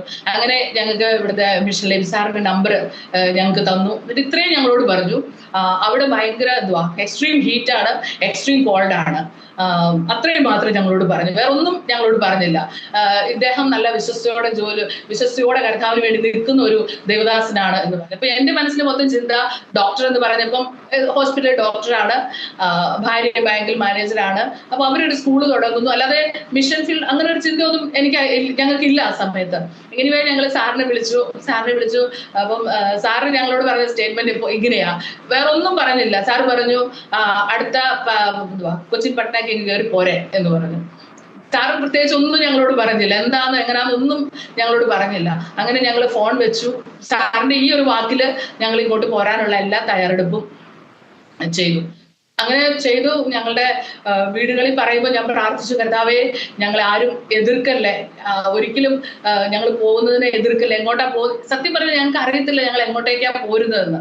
സാറ് പറഞ്ഞു പട്ന കൊച്ചിന് പോരൂ എന്ന് പറഞ്ഞെങ്കിലും ഏത് പ്ലേസിലേക്കാണ് ഞങ്ങൾ പോകേണ്ടതെന്ന് ഞങ്ങൾക്ക് കൃത്യമായിട്ട് അറിയത്തില്ല. അപ്പൊ അവര് ചോദിച്ചു നിങ്ങൾ എവിടേക്കാ പോകുന്നതെന്ന് ചോദിച്ചപ്പോൾ ഞാൻ പറഞ്ഞു ഞങ്ങൾ അവിടെ ചെന്നിട്ട് അഡ്രസ്സ് അയച്ചു തരാം എന്ന് പറഞ്ഞു. കാരണം പിന്നെ ഞങ്ങൾ പിന്നെ സാറിന് വിളിക്കുന്നില്ല, ഒന്നുമില്ല. പിന്നെ പോരുന്നതിന്റെ ആ ദിവസമാണ് ഞങ്ങൾ വിളിക്കുന്നത്. ഞങ്ങൾ പറയുന്നത് സാറേ ഞങ്ങൾക്ക് ഒരു നമ്പറും കൂടെ ആകെ സാറിന് ഒരു നമ്പറേ അറിയത്തുള്ളൂ, ഒരു നമ്പറും കൂടെ ഇൻ കേസ് ഈ നമ്പർ കിട്ടാതെ പോയാൽ ഞങ്ങൾക്ക് അവിടെ വന്നിട്ട് ഞങ്ങൾക്ക് ഭാഷ അറിയത്തില്ല, ഞങ്ങൾക്ക് ഒന്നും അറിയത്തില്ല. അപ്പം സാർ ഞങ്ങൾക്ക് ഈ ഒരു നമ്പറോടെ തരണേ എന്ന് പറഞ്ഞു. അങ്ങനെ സാറ് ഞങ്ങൾക്ക് 2 നമ്പർ തന്നു. ആ ഒരു നമ്പർ പക്ഷെ ഈ ദേവദാസൻ എന്നോട് പറഞ്ഞു ഇവിടെ ഭയങ്കര ചൂടാണ്, ഭയങ്കര തണുപ്പാണ് എന്ന് പറഞ്ഞപ്പം എൻ്റെ ഉള്ളില് ഒരു ഭയങ്കര ചിന്ത കയറി. അതായത് ഇത്രയും എന്റെ കുഞ്ഞിന് 4 മാസം മുതലേ അവൻ എല്ലാ മാസവും ഹോസ്പിറ്റലൈസ് ആവും. അവൻ ആസ്മയുടെ പ്രോബ്ലം ആയിരുന്നു. ശ്വാസം മുട്ടൽ വന്ന ആന്റിബയോട്ടിക് എടുക്കാതെ ഇഞ്ചക്ഷൻ എടുക്കാതെ അവന് കീഴാകത്തേ ഇല്ലായിരുന്നു. ഇപ്പൊ 8 വയസ്സുണ്ട് അവന്. അപ്പൊ അത്രയും നാളും ഇങ്ങനെ ഇരിക്കുന്ന ഒരു കുട്ടിയെ കൊണ്ട് ഇത്രയും തണുപ്പിലേക്ക് ഞാൻ എങ്ങനെ വരും, അതൊരു എന്റെ ഉള്ളിൽ ഒരു ഭയങ്കര ചിന്തയായി പോയി. അപ്പോൾ ഞാൻ കർത്താവിനോട് ഇങ്ങനെ പറഞ്ഞു, കർത്താവേ ഈ കുഞ്ഞിന്റെ ഈ അവസ്ഥയെ വെച്ച് ഞാൻ എങ്ങനെ ഈ തണുപ്പത്ത് പോയി താമസിക്കും എന്ന് ചോദിച്ചപ്പോൾ കർത്താവിനോട് പറഞ്ഞു നിന്റെ ഒരു കുഞ്ഞും ബീഹാറിലെ ആയിരക്കണക്കിന് കുഞ്ഞുങ്ങളും എനിക്ക് ഒരുപോലെയാ. നിന്റേതൊന്നും പറയാനില്ല, അവിടുത്തെ ആയിരക്കണക്കിന് കുഞ്ഞുങ്ങളും എനിക്ക് സെയിമാ. അപ്പൊ എനിക്ക് മനസ്സിലായി കർത്താവ് വാസ്തവമായിട്ട് ഞങ്ങളെ കുട്ടികളുടെ ഇടയിലേക്ക് അയക്കുന്നതെന്നുള്ളൊരു ബോധ്യം ഞങ്ങളുടെ ഉള്ളത്തിൽ വന്നു. അങ്ങനെ ഞങ്ങള് മോനെയും കൊണ്ട് ഞങ്ങൾ കുടുംബമായിട്ട് ഇങ്ങോട്ട് വന്നു. ഇവിടെ വന്ന് ആദ്യത്തെ ദിവസങ്ങൾ, ആദ്യത്തെ ആ ഒരു മാസം ഞങ്ങൾ ഭയങ്കരമായിട്ട് സ്ട്രഗിൾ ചെയ്തു. കാര്യം കർത്താവ് സംസാരിച്ചു, കർത്താവ് ഞങ്ങൾ ഇങ്ങോട്ട് കൊണ്ടുവന്നു. എങ്കിലും ഇവിടെ വന്നു കഴിഞ്ഞപ്പം എനിക്കിവിടെ നിൽക്കാനേ പറ്റുന്നില്ല. എനിക്ക് മാനസികമായിട്ട് ഭയങ്കര സ്ട്രഗിളാണ്. എനിക്ക് എങ്ങനെയെങ്കിലും ഇവിടുന്ന് ഓടി പോകണം എന്നുള്ളൊരു ചിന്തയാ. എനിക്കിത് ആരോടും പറയാനും പറ്റത്തില്ല. ഇൻ കേസ് ഞാൻ എൻ്റെ ചേട്ടനോട് പറയാം പപ്പ നമുക്ക് പോകാന്ന് പറഞ്ഞാൽ ചേട്ടൻ പറയും ഓക്കെ എന്നാ നമുക്ക് പോകാന്ന് പറയും. അപ്പൊ എനിക്കത് പറയാനും പറ്റത്തില്ല, എനിക്കിത് ആരോട് ഷെയർ ചെയ്യാനും പറ്റത്തില്ല. ഞാൻ ഒത്തിരി വന്ന ആ സമയങ്ങളിൽ മാനസികമായിട്ട് ഞാൻ ഒത്തിരി സ്ട്രഗിൾ ചെയ്തു. പക്ഷെ ദൈവത്തിന്റെ കൃപയാല് ഇവിടെ വന്നു കഴിഞ്ഞാണ് ഞാൻ ഇവിടുത്തെ കാര്യങ്ങളൊക്കെ അറിയുന്നത്. എനിവേ ഇവിടെ വന്നതിന് ശേഷം ഞങ്ങൾ ഒരു റൂം എടുത്ത് അവിടെ ഞങ്ങൾ താമസം ആരംഭിച്ചു. അവിടെയും എനിക്ക് എപ്പോഴും പ്രശ്നങ്ങളായിരുന്നു. പ്രശ്നങ്ങളെന്ന് വെച്ചാൽ ഞങ്ങൾ പുറത്തേക്ക് ഇറങ്ങിയ ആക്സിഡന്റാ. ബൈക്കിൽ പോയാൽ ഒന്നല്ലേ ബൈക്ക് മറിയും, അല്ലെങ്കിൽ സൈഡിൽ കൂടെ വരുന്ന വണ്ടി തട്ടിയിടും, അല്ലെങ്കിൽ ഇവിടുത്തെ കാള വന്ന് തട്ടിയിടും. എങ്ങനെ പോയാലും ഞങ്ങൾക്ക് ആക്സിഡന്റാ. അപ്പോൾ എനിക്കങ്ങ് ഭയങ്കര പേടിയായി, പുറത്തേക്ക് ഇറങ്ങാൻ എനിക്ക് ഭയങ്കര പേടിയായി. അപ്പം ഞാനിങ്ങനെ പറഞ്ഞു കർത്താവ് ഇത് എന്തൊരു അവസ്ഥയാ, എനിക്ക് നടന്നു പോകാൻ പോലും, ഇപ്പൊ നടന്നു പോയാൽ പോലും വണ്ടി വന്ന് നമ്മളെ തട്ടിയിടും. അങ്ങനെ ഒരു 5-8 പ്രാവശ്യം എൻ്റെ ലൈഫിൽ ഉണ്ടായി. അപ്പോൾ ഇവൻ റിക്ഷ കയറിയാൽ പോലും റിക്ഷയ്ക്ക് പ്രശ്നമാണ്, റിക്ഷ മറിയുന്നു. അപ്പോൾ എനിക്കങ്ങ് ഭയങ്കര വിഷമമായി. ഇനി എന്ത് ചെയ്യും? ആദ്യത്തെ ആ ഒരു ഫസ്റ്റ് ഇയർ ഞങ്ങൾ ശരിക്കും വല്ലാത്ത ഒരു മാനസികമായ ബുദ്ധിമുട്ടിലൂടെ കടന്നുപോയി. അതിനിടയിൽ സുഖമില്ലാതെ വരുന്നു, രോഗമാകുന്നു, അങ്ങനെയൊക്കെ ഇങ്ങനെ പോയി കഴിഞ്ഞപ്പം ആ ഡിസംബർ മാസം, അത് ഭയങ്കര എക്സ്ട്രീം കോൾഡ് ഉള്ള മാസമായിരുന്നു. ആ ഡിസംബർ മാസത്തില് മീൻസ് സ്കൂളിന്റെ അവധിയുടെ സമയത്ത് കർത്താവ് പറഞ്ഞു പ്രാർത്ഥിക്കാനിരുന്നോളാൻ പറഞ്ഞു. അങ്ങനെ അവിടെ ഇരുന്ന് പ്രാർത്ഥിക്കുമ്പോൾ എന്താ പറയാ, സ്വർഗത്തിലെ ദൈവം ഞങ്ങളെ ആ വലിയ പ്രശ്നങ്ങളിൽ, ആ പ്രതിസന്ധികളിൽ നിന്നെല്ലാം ആ സമയത്ത് കർത്താവ് ഞങ്ങളെ വിടുവിച്ചു. ആ സമയത്ത് മോനും എന്റെ കൂടെ ഇരുന്ന്, അവന് 8 വയസ്സ് കഴിഞ്ഞു. ആ സമയത്ത് മോനും എന്റെ കൂടെ ഇരുന്ന് പ്രാർത്ഥിച്ചു. ഞങ്ങൾ അവർ അഭിഷേകം പ്രാപിച്ചു. ഞങ്ങളൊരു ഭയങ്കര ഒരു ആത്മാവിന്റെ സന്തോഷത്തിലേക്ക് അങ്ങനെ വന്നതിന് ശേഷമാണ് ഞങ്ങൾക്ക് ബീഹാർ ഞങ്ങളുടെ മനസ്സിലേക്ക് ഒന്ന് കയറി തുടങ്ങിയത്. അതുവരെ ഞങ്ങളുടെ ഉള്ളത്തിൽ ഭയങ്കര സ്ട്രൈക്കായിരുന്നു. എങ്ങനെ ഇവിടെ നിൽക്കാൻ പറ്റും, അങ്ങോട്ട് മാറിയ പ്രശ്നം, ഇങ്ങോട്ട് മാറിയ പ്രശ്നം, നടക്കാൻ ബുദ്ധിമുട്ട്, എല്ലാത്തിനും ഞങ്ങൾക്ക് ഒരു വല്ലാത്ത പ്രതിസന്ധിയായിരുന്നു. പക്ഷെ സ്വർഗത്തിലെ ദൈവം ഞങ്ങൾ എങ്ങനെ കരുതി. ഞങ്ങൾ ബീഹാർ വന്നതിന് ശേഷം എൻ്റെ കുഞ്ഞിനെ ഒരു പ്രാവശ്യം പോലും ഹോസ്പിറ്റലൈസ് ചെയ്യാനോ അങ്ങനെ ഒരു ഭാരപ്പെട്ട ഒരു അവസ്ഥയിലേക്ക് ഒന്നും മോൻ പോകാതെ കർത്താവ് അവനെ സൂക്ഷിച്ചു. കർത്താവിന് വലിയൊരു പ്രൊട്ടക്ഷൻ അവനോട് കൂടെ ഉണ്ടായിരുന്നു. അത് ഞങ്ങൾക്ക് ഭയങ്കര ഒരു ദൈവിക സമാധാനവും ക്രിസ്തുവിലുള്ള ഉറപ്പും. കർത്താവ് ഇവിടെ എന്തെങ്കിലും ഒരു ഇഷ്യൂ വരുമ്പോൾ ഡിസംബർ മാസത്തോടെ ഞങ്ങളുടെ മാനസികമായ ബുദ്ധിമുട്ട് മാറി. അപ്പം ഞങ്ങൾക്ക് മനസ്സിലായി ഇനി ഇവിടെ എന്ത് വന്നാലും ദൈവത്തിന്റെ വലിയൊരു സമാധാനം ഞങ്ങളുടെ ഉള്ളത്തിൽ ഉണ്ട്. അതായത് ദൈവം കൂടെ ഉണ്ട്, ദൈവം പറഞ്ഞിട്ടാ വന്നതെന്നുള്ളൊരു ഭയങ്കര ഉറപ്പ്, വലിയൊരു ധൈര്യം ഞങ്ങളുടെ ജീവിതത്തിൽ വരാനിടയായി. സമയത്ത് ഞങ്ങൾ കുഞ്ഞുങ്ങളെ പഠിപ്പിച്ചു. കുഞ്ഞുങ്ങളെ പഠിപ്പിക്കുന്ന സമയത്ത് എനിക്ക് ഭയങ്കര ബുദ്ധിമുട്ടുണ്ടായി. കാരണം ഞാൻ 3 വർഷം ഒരു ഇംഗ്ലീഷ് മീഡിയം സ്കൂളിൽ, UP സ്കൂളിൽ ഞാൻ പഠിപ്പിച്ചിട്ടുണ്ട്. പക്ഷെ തിരിച്ച് ഇവിടെ വന്ന് ഞാൻ UP സ്കൂളിൽ കുഞ്ഞുങ്ങൾക്ക് പഠിപ്പിക്കുമ്പോൾ എനിക്ക് ഇംഗ്ലീഷ് വായിക്കാൻ പോലും അറിയത്തില്ലാത്ത അവസ്ഥയിലേക്ക് പോയി. മാനസികമായി ഞാനങ്ങ് തകർന്നിട്ട് എനിക്ക് ഹി ഷീ അങ്ങനെ ഇവൻ ചെറിയ ഇംഗ്ലീഷ് വേർഡ്സ് പോലും പറയാനോ കുഞ്ഞുങ്ങളെ പഠിപ്പിക്കാൻ പറ്റാത്ത ഒരു വല്ലാത്ത മാനസിക സംഘർഷത്തിലൂടെ പോയി. ഞാൻ ചിന്തിച്ചു, ദൈവമേ, ഈ കുട്ടികൾ എന്നെ കുറിച്ച് എന്ത് ചിന്തിക്കും, ഇവരാണോ പഠിപ്പിക്കാൻ വന്നതെന്ന് ചിന്തിക്കും. എനിക്ക് തികച്ചൊരു സെന്റൻസ് വായിക്കാൻ പറ്റുന്നില്ല. കാരണം എനിക്ക് മനസ്സിലാവുന്നില്ല അത് എന്താ എഴുതിയേക്കുന്നതെന്ന്. എനിക്കത് ശരിക്കും പറയാൻ പറ്റുന്നില്ല. ഞാൻ ഭയങ്കര മാനസിക സംഘർഷത്തിലൂടെ പോകുമായിരുന്നു ആ സമയത്ത്. പക്ഷെ അങ്ങനെ കുറെ കഴിഞ്ഞപ്പം ഞാൻ എൻ്റെ കൂടെ ഉള്ള കർത്താവിൻ്റെ കർത്താസിനോടും പറഞ്ഞു, എനിക്ക് ഇങ്ങനെ ഒരു വലിയ പ്രശ്നമുണ്ട്, എനിക്ക് കുട്ടികളെ പഠിപ്പിക്കാൻ പറ്റുന്നില്ല, എൻ്റെ വായിലൊന്നും വരുന്നില്ല എനിക്ക്. അങ്ങനെ അവർ പറഞ്ഞു. അപ്പൊ അവർ പറഞ്ഞു, കുറച്ച് സുബോധിക്കാൻ പ്രാർത്ഥിക്കാന്ന് പറഞ്ഞു. അങ്ങനെ വീണ്ടും ഞങ്ങൾ ഉപവാസവും പ്രാർത്ഥനയൊക്കെ ഇരുന്നു. സ്വർഗത്തിലെ ദൈവം അതിൽ നിന്നൊരു വലിയ ഡെലിവറൻസ് എനിക്ക് ആ സമയത്ത് തന്നു. അതുപോലെ തന്നെ ഈ കുട്ടികളെ സാറാന്തരം കഴിഞ്ഞ് കുറച്ച് കുഞ്ഞുങ്ങളെ നമുക്ക് ടേക്ക് കെയർ ചെയ്യാം എന്ന് പറഞ്ഞ് ഞങ്ങളുടെ അടുക്കൽ ഒരു കുറച്ച് ബോയ്സിനെ തന്നു. അവരെ പഠിപ്പിക്കാനും എനിക്ക് ഹിന്ദി അറിയത്തില്ല. പക്ഷെ ഞാൻ ഈ ബീഹാറിലേക്ക് പോരുന്നതിന് മുന്നം ഈ മിഷൻ മീൻസ് ആ ട്രെയിനിങ്ങിന് പോയ സമയത്ത് ഞാൻ അന്യഭാഷയിൽ പറയുന്നത് ഹിന്ദിയായിരുന്നു. പക്ഷെ എനിക്ക് മനസ്സിലാകുന്നില്ല, ഞാൻ പറയുന്നൊന്നും എനിക്ക് മനസ്സിലാകുന്നില്ല. പക്ഷെ ബോംബെയിലുള്ള നമ്മുടെ കൂടെ ഉണ്ടായിരുന്ന ആളുകൾ എന്നോട് പറഞ്ഞു ഹിന്ദിയാ പറയുന്നതെന്നും അവരത് ട്രാൻസ്ലേറ്റ് ചെയ്തു. അപ്പൊ അത് കർത്താവ് അവരോട് സംസാരിച്ച കാര്യങ്ങളായിരുന്നു. അതായത് നിങ്ങൾ ഇപ്പോൾ തന്നെ പുറപ്പെടണമെന്ന് കർത്താവ് നിങ്ങളോട് പറയുന്നു. ആക്ച്വലി ഇങ്ങോട്ട് പോരാനുള്ള കാര്യങ്ങളൊക്കെ ഒരു പ്രവചനാത്മാവിൽ എന്നപോലെ അവര് അത് പറയുമായിരുന്നു. അത് ട്രാൻസ്ലേറ്റ് ചെയ്ത് ഞങ്ങൾ കേൾപ്പിക്കുമായിരുന്നു.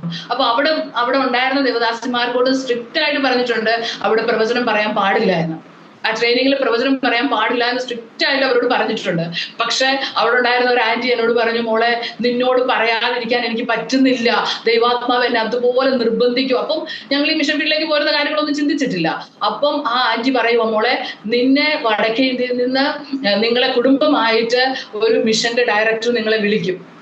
അവിടെ നിങ്ങൾ ചെല്ലുമ്പോൾ നിങ്ങൾ രണ്ടുപേരും 2 മിനിസ്ട്രി ആയിരിക്കും ചെയ്യുന്നത്. ഇങ്ങനെയൊക്കെ ഈ ആന്റി എന്നോട് പറയുന്നുണ്ട്. പക്ഷെ അന്നൊന്നും ഞാൻ ചിന്തിച്ചു, ഞങ്ങൾ ഈ എന്താ പറയാ പൊട്ടക്കിണറ്റി കിടക്കുന്നത് അവളെ പോലെ കിടക്കുന്നത് ഞങ്ങൾക്ക് ഈ ഒരു മനുഷ്യനെ ഞങ്ങൾക്ക് പരിചയമില്ല, ആരെയും അറിയത്തില്ല, ഇനി ഏത് മിഷന്റെ ആളാ ഞങ്ങളെ വിളിക്കാൻ പോകുന്നത്, അങ്ങനെയുള്ള ഒരു ചിന്തയൊക്കെ ആയിരുന്നു. പക്ഷെ കർത്താവ് അന്ന് അവർ പറഞ്ഞു അതേപോലെ തന്നെ ഞങ്ങൾ വരികയും ചെയ്തു. അതുപോലെ പറഞ്ഞ പോലെ 2 ലെവലിലുള്ള മിനിസ്ട്രിയാണ്. ഇന്നും ഞങ്ങൾ 2 ലെവലിലുള്ള മിനിസ്ട്രിയാണ് ചെയ്യുന്നത്. അപ്പം ചേട്ടൻ വന്ന സമയത്ത് HIV പേഷ്യൻസിന്റെ ഇടയിൽ പോയി അവരോട് ഫുഡ് കൊടുക്കുക, അവരുടെ കാര്യങ്ങൾ നോക്കുക. അതിനുശേഷം ചില ഫിലിം യൂണിറ്റുമായിട്ട് ഗ്രാമങ്ങളിൽ പോയി അങ്ങനെ കർത്താവിന്റെ വേല ചെയ്യുകയായിരുന്നു. ഞാൻ കുഞ്ഞുങ്ങളുമായിട്ട് കുഞ്ഞുങ്ങളുടെ കൂടെ താമസിക്കുമായിരുന്നു. അപ്പോൾ ഫസ്റ്റ് ടൈമിൽ ഞങ്ങൾക്ക് ഹിന്ദി അറിയത്തില്ല. അപ്പൊ കുഞ്ഞുങ്ങളെ പറയാനോ അവരെ പഠിപ്പിക്കാനോ ഒന്നും നമുക്ക് അറിയാതെ വന്നു കഴിഞ്ഞപ്പം ഞാനൊരു ദിവസം കുഞ്ഞുങ്ങളോട് പറഞ്ഞു, ഇങ്ങനെ വട്ടത്തിലിരുന്ന് പ്രാർത്ഥിക്കുമ്പോൾ, മക്കളെ ആന്റിക്ക് വേണ്ടി പ്രാർത്ഥിക്കണേ, ആന്റി പെട്ടെന്ന് ഹിന്ദി പഠിച്ചിട്ട് അതൊക്കെ എങ്ങനെ പറഞ്ഞു ഒപ്പിച്ചെന്ന് പോലും എനിക്ക് അറിയത്തില്ല. പ്രാർത്ഥനക്കാരെ ഹിന്ദി അങ്ങനെ എന്തൊക്കെയോ പറഞ്ഞത്. എനിക്ക് വേർഡ്സ് മാത്രമേ അറിയുള്ളൂ, ഉഠോ ബൈഠോ അങ്ങനെ മാത്രമേ എനിക്ക് പറയാൻ അറിയത്തുണ്ടായിരുന്നുള്ളൂ. പക്ഷെ അവർ ആ കുഞ്ഞുങ്ങളെല്ലാം കൂടെ ഒരുമിച്ച് ഞങ്ങളിരുന്ന് പ്രാർത്ഥിച്ചപ്പം അവർ ഭയങ്കര ആത്മാർത്ഥമായിട്ട് അവർ പ്രാർത്ഥിക്കാൻ തുടങ്ങി. അല്ല, കുഞ്ഞുങ്ങൾ വിശ്വാസികളുടെ കുഞ്ഞുങ്ങളായിരുന്നു. അവരങ്ങ് മുട്ടും മടക്കി മുട്ടയിൽ നിന്ന് അവരങ്ങ് കൈ പിടിച്ച് ആത്മാർത്ഥമായിട്ട് എനിക്ക് വേണ്ടി പ്രാർത്ഥിക്കാൻ തുടങ്ങി. ആന്റിയെ പെട്ടെന്ന് ഹിന്ദി പഠിപ്പിക്കണ കർത്താവേ എന്ന് പറഞ്ഞു. ഞാൻ വിചാരിച്ചു പെട്ടെന്ന് പ്രാർത്ഥിച്ച് നിർത്തുവന്ന്. അവരുടെ പ്രയർ ഒരു 1.5 മണിക്കൂർ അങ്ങ് നീണ്ടു. എല്ലാവരും കൂടെ നിന്നങ്ങ് പ്രാർത്ഥനയാണ്. അവസാനം ഞാനും അവരുടെ വിശ്വാസമൊക്കെ കണ്ടപ്പോൾ ഞാനും മലയാളത്തിൽ പ്രാർത്ഥിച്ചു തുടങ്ങി. കർത്താവിന്റെ കൃപയാൽ ഞാൻ ഹിന്ദി പ്രാർത്ഥിച്ച് അവസാനിപ്പിച്ചു. അപ്പൊ എനിക്ക് മനസ്സിലായി കർത്താവ് അതൊരു ഗിഫ്റ്റ് ആയിട്ട് എനിക്ക് തന്നു. പിന്നെ എനിക്ക് ആ സമയത്ത് മനസ്സിലായ ഒരു കാര്യമുണ്ട്, സിസ്റ്റർ, നമുക്ക് ലാംഗ്വേജ് ഒരു പ്രശ്നമൊന്നും അല്ല. ആമേൻ. കർത്താവ് നമുക്ക് ഒരു കരയാൻ ഒരു മനസ്സും കണ്ണുനീരും ഒക്കെ തന്നിട്ടുണ്ട് എങ്കിൽ കർത്താവ് പ്രവർത്തിച്ചോളും. നമ്മളുടെ വാക്കിന്റെയോ നമ്മളുടെ ശബ്ദത്തിന്റെയോ ഒന്നും ഒരു കഴിവുകൊണ്ടല്ല കർത്താവ് പ്രവർത്തിക്കുന്നതെന്ന് കർത്താവ് എനിക്ക് ആ സമയത്ത് മനസ്സിലാക്കി തന്നു. അങ്ങനെ ഞങ്ങൾ അങ്ങനെ കുഞ്ഞുങ്ങളെ പഠിപ്പിച്ചു. അതിനുശേഷം ഞങ്ങൾ വേറെ സ്ഥലത്തേക്ക് മാറി. അവിടെ ഞങ്ങൾ ഒരു സ്കൂൾ പോലെ 50ഓളം കുഞ്ഞുങ്ങൾ.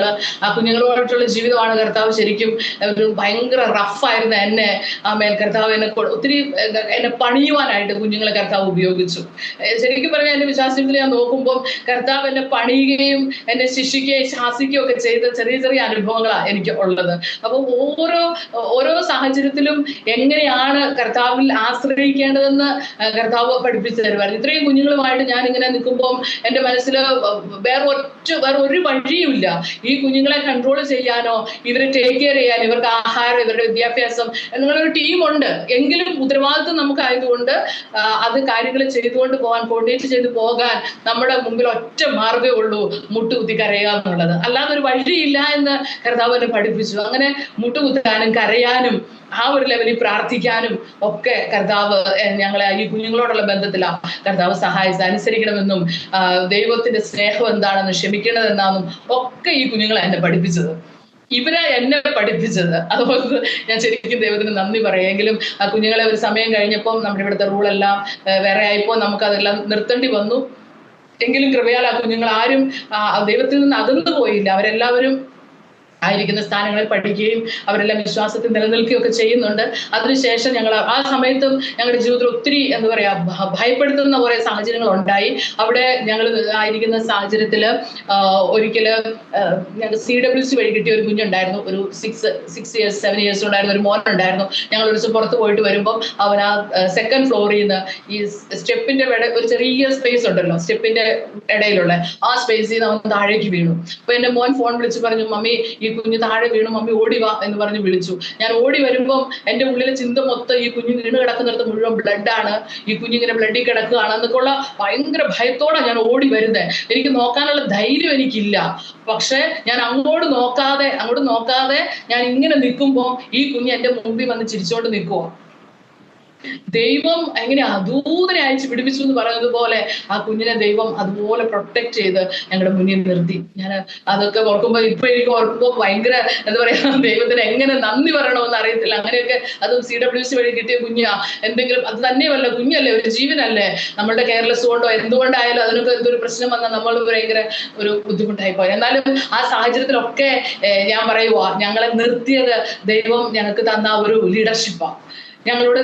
ഞങ്ങളെ ചേർത്ത് പിടിച്ച കുറെ സ്നേഹം നിറഞ്ഞ ദേവദാസന്മാരും ദേവദാസിമാരുമാണ്. അതോർത്ത് ഞാൻ ദൈവത്തിന് നന്ദി പറയുക. കാരണം ഞാൻ ഇടയ്ക്കൊക്കെ ഇങ്ങനെ ചിന്തിക്കാറുണ്ട്, ഒന്നും അറിയാത്ത കുറെ ആളുകൾ ഞങ്ങളെ പിടിച്ചിട്ട് ഇതുപോലെ ഒരു ഉത്തരവാദിത്വം ഏൽപ്പിക്കാൻ ഇവർക്ക് എങ്ങനെ ധൈര്യം വന്നു എന്ന് ഞാൻ ഇടയ്ക്കൊക്കെ ഇങ്ങനെ ചിന്തിക്കും. പക്ഷെ അവരുടെ പ്രാർത്ഥനയും അവരുടെ കരുതലും അവരുടെ ഗൈഡൻസും ഒക്കെയാ ഞങ്ങളെ ശരിക്കും പറഞ്ഞ കർത്താവ് ഞങ്ങളെ വളർത്തിക്കൊണ്ട് വരാനായിട്ട് ഇടയായി തീർന്നത്. അങ്ങനെ ഞങ്ങൾ അവിടെ നിന്ന് പിന്നീട് കർത്താവ് ഞങ്ങളോട് ഇപ്പൊ താമസിക്കുന്ന സ്ഥലത്തേക്ക് പോരാനായിട്ട് കർത്താവ് ഞങ്ങളോട് സംസാരിച്ചു. ഇവിടേക്ക് വരണമെന്ന് പറഞ്ഞ് ഞങ്ങൾ ഇങ്ങോട്ടേക്ക് പോന്നു. അങ്ങനെ ഇവിടെ വന്നതിന് ശേഷം ഞങ്ങൾ ഇവിടെ ഗ്രാമങ്ങളിലാണ് ഞങ്ങൾ വർക്ക് ചെയ്യുന്നത്. അപ്പം ഇവിടുത്തെ ഒരു പ്രത്യേക കാസ്റ്റ് ഉണ്ടല്ലോ, ഒരു മുസഹർ എന്ന് പറയുന്ന ഒരു കാസ്റ്റ്, അവരുടെ ഇടയിലാണ് ഞങ്ങൾ വർക്ക് ചെയ്യുന്നത്. അവർക്ക് സ്കൂളുകളുണ്ടെങ്കിലും കുഞ്ഞുങ്ങളാരും സ്കൂളിൽ പോകത്തില്ല, പഠിക്കത്തില്ല, അവിടെ പേരൻസ് അവരെ പഠിപ്പിക്കത്തില്ല. അവരാരും പഠിക്കണമെന്ന് അവർക്കാർക്കും ആഗ്രഹമില്ല. അപ്പോൾ അങ്ങനെയുള്ള കുഞ്ഞുങ്ങളെ ഞങ്ങൾ പോയി ഗ്രാമങ്ങളിൽ പോയി മരത്തിന്റെ ചുവട്ടിലൊക്കെ ഇരുന്ന് അക്ഷരം പഠിപ്പിച്ച് അവരെ അവരോട് നമ്മൾ സുശേഷമൊന്നും പറയുന്നില്ല, അവരോട് ശരിക്കും അവരെ പഠിപ്പിക്കുക. അവരെ പഠിപ്പിച്ച് അവരെഴുതാനും വായിക്കാനും ഒക്കെ ആവുന്ന ഒരു ലെവലിലേക്ക് അവരെ കൊണ്ടുവരും. അവര് തന്നെ നമ്മളിലൂടെ ക്രിസ്തുവിനെ കണ്ടിട്ട് അവര് വിശ്വാസത്തിലേക്ക് വരാം. കാരണം നമുക്കൊരിക്കലും പോയി പബ്ലിക്കലി പറയാൻ പറ്റുന്ന ഒരു സാഹചര്യമല്ല. പക്ഷെ അവര് ക്രിസ്തുവിനെ കണ്ട് അവര് ക്രിസ്തുവിനെ കാണുകയാണ്. അങ്ങനെ അവര് കർത്താവില് കുഞ്ഞുങ്ങളെ കർത്താവ് സന്തോഷത്തോടെ ഇരിക്കുന്നു, കുഞ്ഞുങ്ങൾ പഠിക്കുന്നു. അങ്ങനെ കർത്താവ് ഞങ്ങൾ ഇവിടെ എല്ലാം ഉപയോഗിക്കുന്നു. ഇവിടെ എല്ലാം കർത്താവ് അങ്ങനെയൊക്കെ ചെയ്യുമ്പോഴും എനിക്ക് ഞങ്ങൾ ഇപ്പൊ ആയിരിക്കുന്ന ദേശത്തെ കുറിച്ച് പറയാനുള്ളത്, കർത്താവ് ഞങ്ങളുടെ വിശ്വാസത്തെ വർദ്ധിപ്പിച്ച ഒരു സ്ഥലമാണ് ശരിക്കും ഞങ്ങളിപ്പോൾ ആയിരിക്കുന്ന സ്ഥലം. കാരണം പല സാഹചര്യങ്ങളും വരുമ്പോൾ നമുക്ക് എന്ത് ചെയ്യണമെന്ന് അറിയത്തില്ലാതെ വരുമ്പോൾ കണ്ണുമടച്ച് കർത്താവിനെ അങ്ങ് കെട്ടിപ്പിടിക്കുക, കർത്താവിനെ അങ്ങ് ചുറ്റിപ്പിടിക്കുക. കർത്താവ് വിടുവിച്ചിട്ടല്ലാതെ വേറൊരു വഴിയില്ല.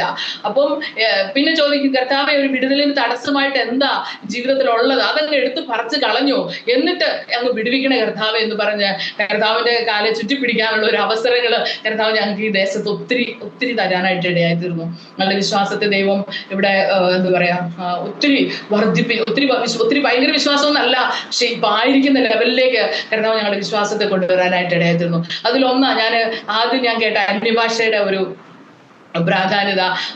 എനിക്ക് അറിയത്തില്ലായിരുന്നു അന്യഭാഷ പറയുന്നത് എന്തിനാന്നോ, അല്ലെങ്കിൽ അതുകൊണ്ടുള്ള ഞാൻ എപ്പോഴും ചിന്തിച്ചിട്ടുണ്ട്, കർത്താവെ ഈ പ്രാർത്ഥിക്കാനിരിക്കുമ്പോൾ ഞാൻ ഒത്തിരി കരയും, പ്രാർത്ഥിക്കാനിരിക്കുമ്പോൾ ഞാൻ ഒത്തിരി ഇങ്ങനെ പക്ഷേ ഒരു റിസൾട്ടും കാണുന്നില്ല. എല്ലാവരും എന്നോട് പറഞ്ഞിട്ടുണ്ട്, മോളെ ഒരു കൗൺസിലിങ്ങിന് പോകണം, നിന്റെ ഉള്ളിൽ ഭയങ്കര സങ്കടമാണ്, നിന്റെ ഉള്ളിൽ ഭയങ്കര വേദനയാണ്, നിനക്ക് ഇതിനകത്തൊരു ഡെലിവറൻസ് ആവശ്യമായില്ല, നിനക്ക് മുന്നോട്ട് പോകാൻ പറ്റത്തില്ല.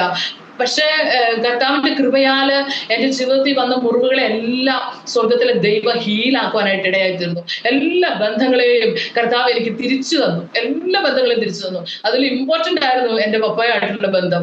കാരണം എന്റെ പിതാവ് ഞാൻ വല്ലപ്പോഴും നാട്ടിൽ ചെല്ലുമ്പോൾ പോലും എന്നോട് സംസാരിക്കത്തില്ലായിരുന്നു. പലപ്പോഴും ഞാൻ ഒത്തിരി ഹൃദയം നുറുങ്ങിയും കരഞ്ഞും ഒക്കെ ഞാൻ തിരിച്ചു പോന്നിട്ടുണ്ട്. അപ്പൊ പപ്പയുടെ എന്റെ ബ്രദറും എല്ലാവരും വിശ്വാസത്തിൽ വന്നു. അപ്പം ആ ദേഷ്യവും കൂടെ എന്റെ ഫാദറിന് എന്നോടായിരുന്നു. ഞാനാണ് ഇതിന് കാരണക്കാരി, അതുകൊണ്ടാണ് അവരൊക്കെ ഇങ്ങനെ വന്നത് എന്നുള്ള ഒരു ചിന്തയും കൂടെ എന്റെ പപ്പായ്ക്ക് ഉണ്ടായിരുന്നു. പക്ഷെ ഒരു 2.5 വർഷം മുമ്പ് പപ്പായ്ക്ക് ഒരു സ്ട്രോക്ക് വന്ന് പപ്പ സംസാരിക്കാതെയായി. ആഹാരം വിഴുങ്ങാൻ പറ്റാതെ ഇറങ്ങിപ്പോകാത്തൊരു സാഹചര്യമൊക്കെ ആയി. അപ്പോഴൊക്കെ ഞാൻ ചെല്ലുകയും സംസാരിക്കുകയും യേശുവിനെ കുറിച്ച് പറയുകയും ഒക്കെ ചെയ്യും. അപ്പൊ പവർ വിഷൻ ടി വി ഒക്കെ കാണും, വചനമൊക്കെ കേൾക്കും. പക്ഷെ വിശ്വാസത്തിൽ വരാനുള്ള മനസ്സൊന്നും പപ്പായ്ക്കില്ല.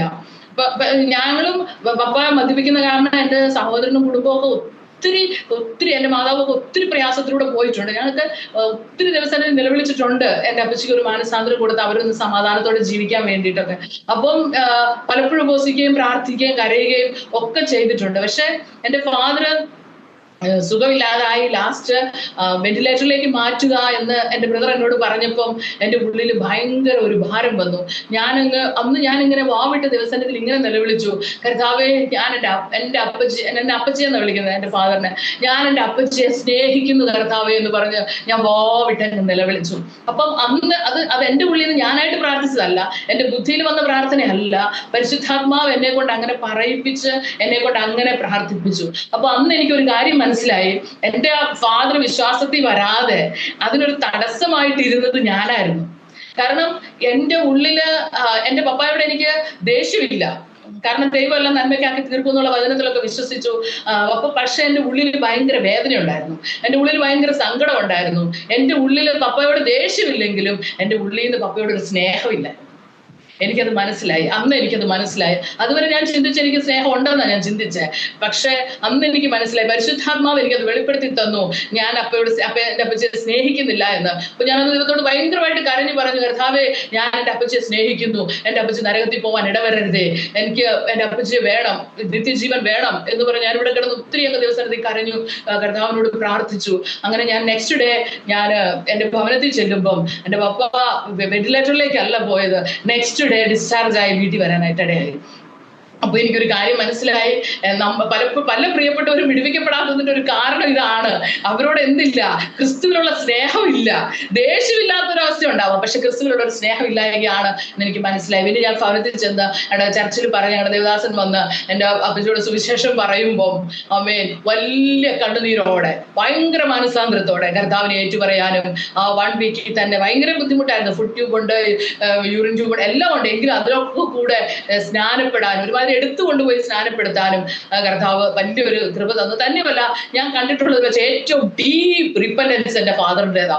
അതുപോലെ എന്റെ മമ്മിയുമായിട്ട് ഭയങ്കരമായിട്ട് എപ്പോഴും ഇങ്ങനെ വഴക്കുണ്ടാക്കുമായിരുന്നു. പക്ഷെ യേശുവിനെ സ്വീകരിച്ച അന്ന് മുതൽ എന്റെ മമ്മിയോട് കാണിച്ച സ്നേഹവും കരുണയും കരുതലും, അമ്മ സംസാരിക്കത്തൊന്നുമില്ല, പക്ഷെ നമുക്ക് ആ ഫേസ് എക്സ്പ്രഷനിലൂടെ എല്ലാം നമുക്ക് അത് മനസ്സിലാകും. ഒടുവില് കർത്താവിൽ വളരെ പ്രത്യാശയോടെ കർത്താവിലേക്ക് മാറ്റപ്പെടാനിടയായിത്തീർന്നു. അപ്പം ആ ബന്ധം അതുപോലെ എന്റെ ഭർത്താവിന്റെ വീട്ടുകാരുമായിട്ടായാലും എല്ലാവരുടെ, എന്റെ അമ്മ എന്നെ ഒത്തിരി വഴക്കും ബഹളമൊക്കെ ഉണ്ടാക്കിയെങ്കിലും പിന്നീട് ഞങ്ങൾ ഭയങ്കര സ്നേഹമായി.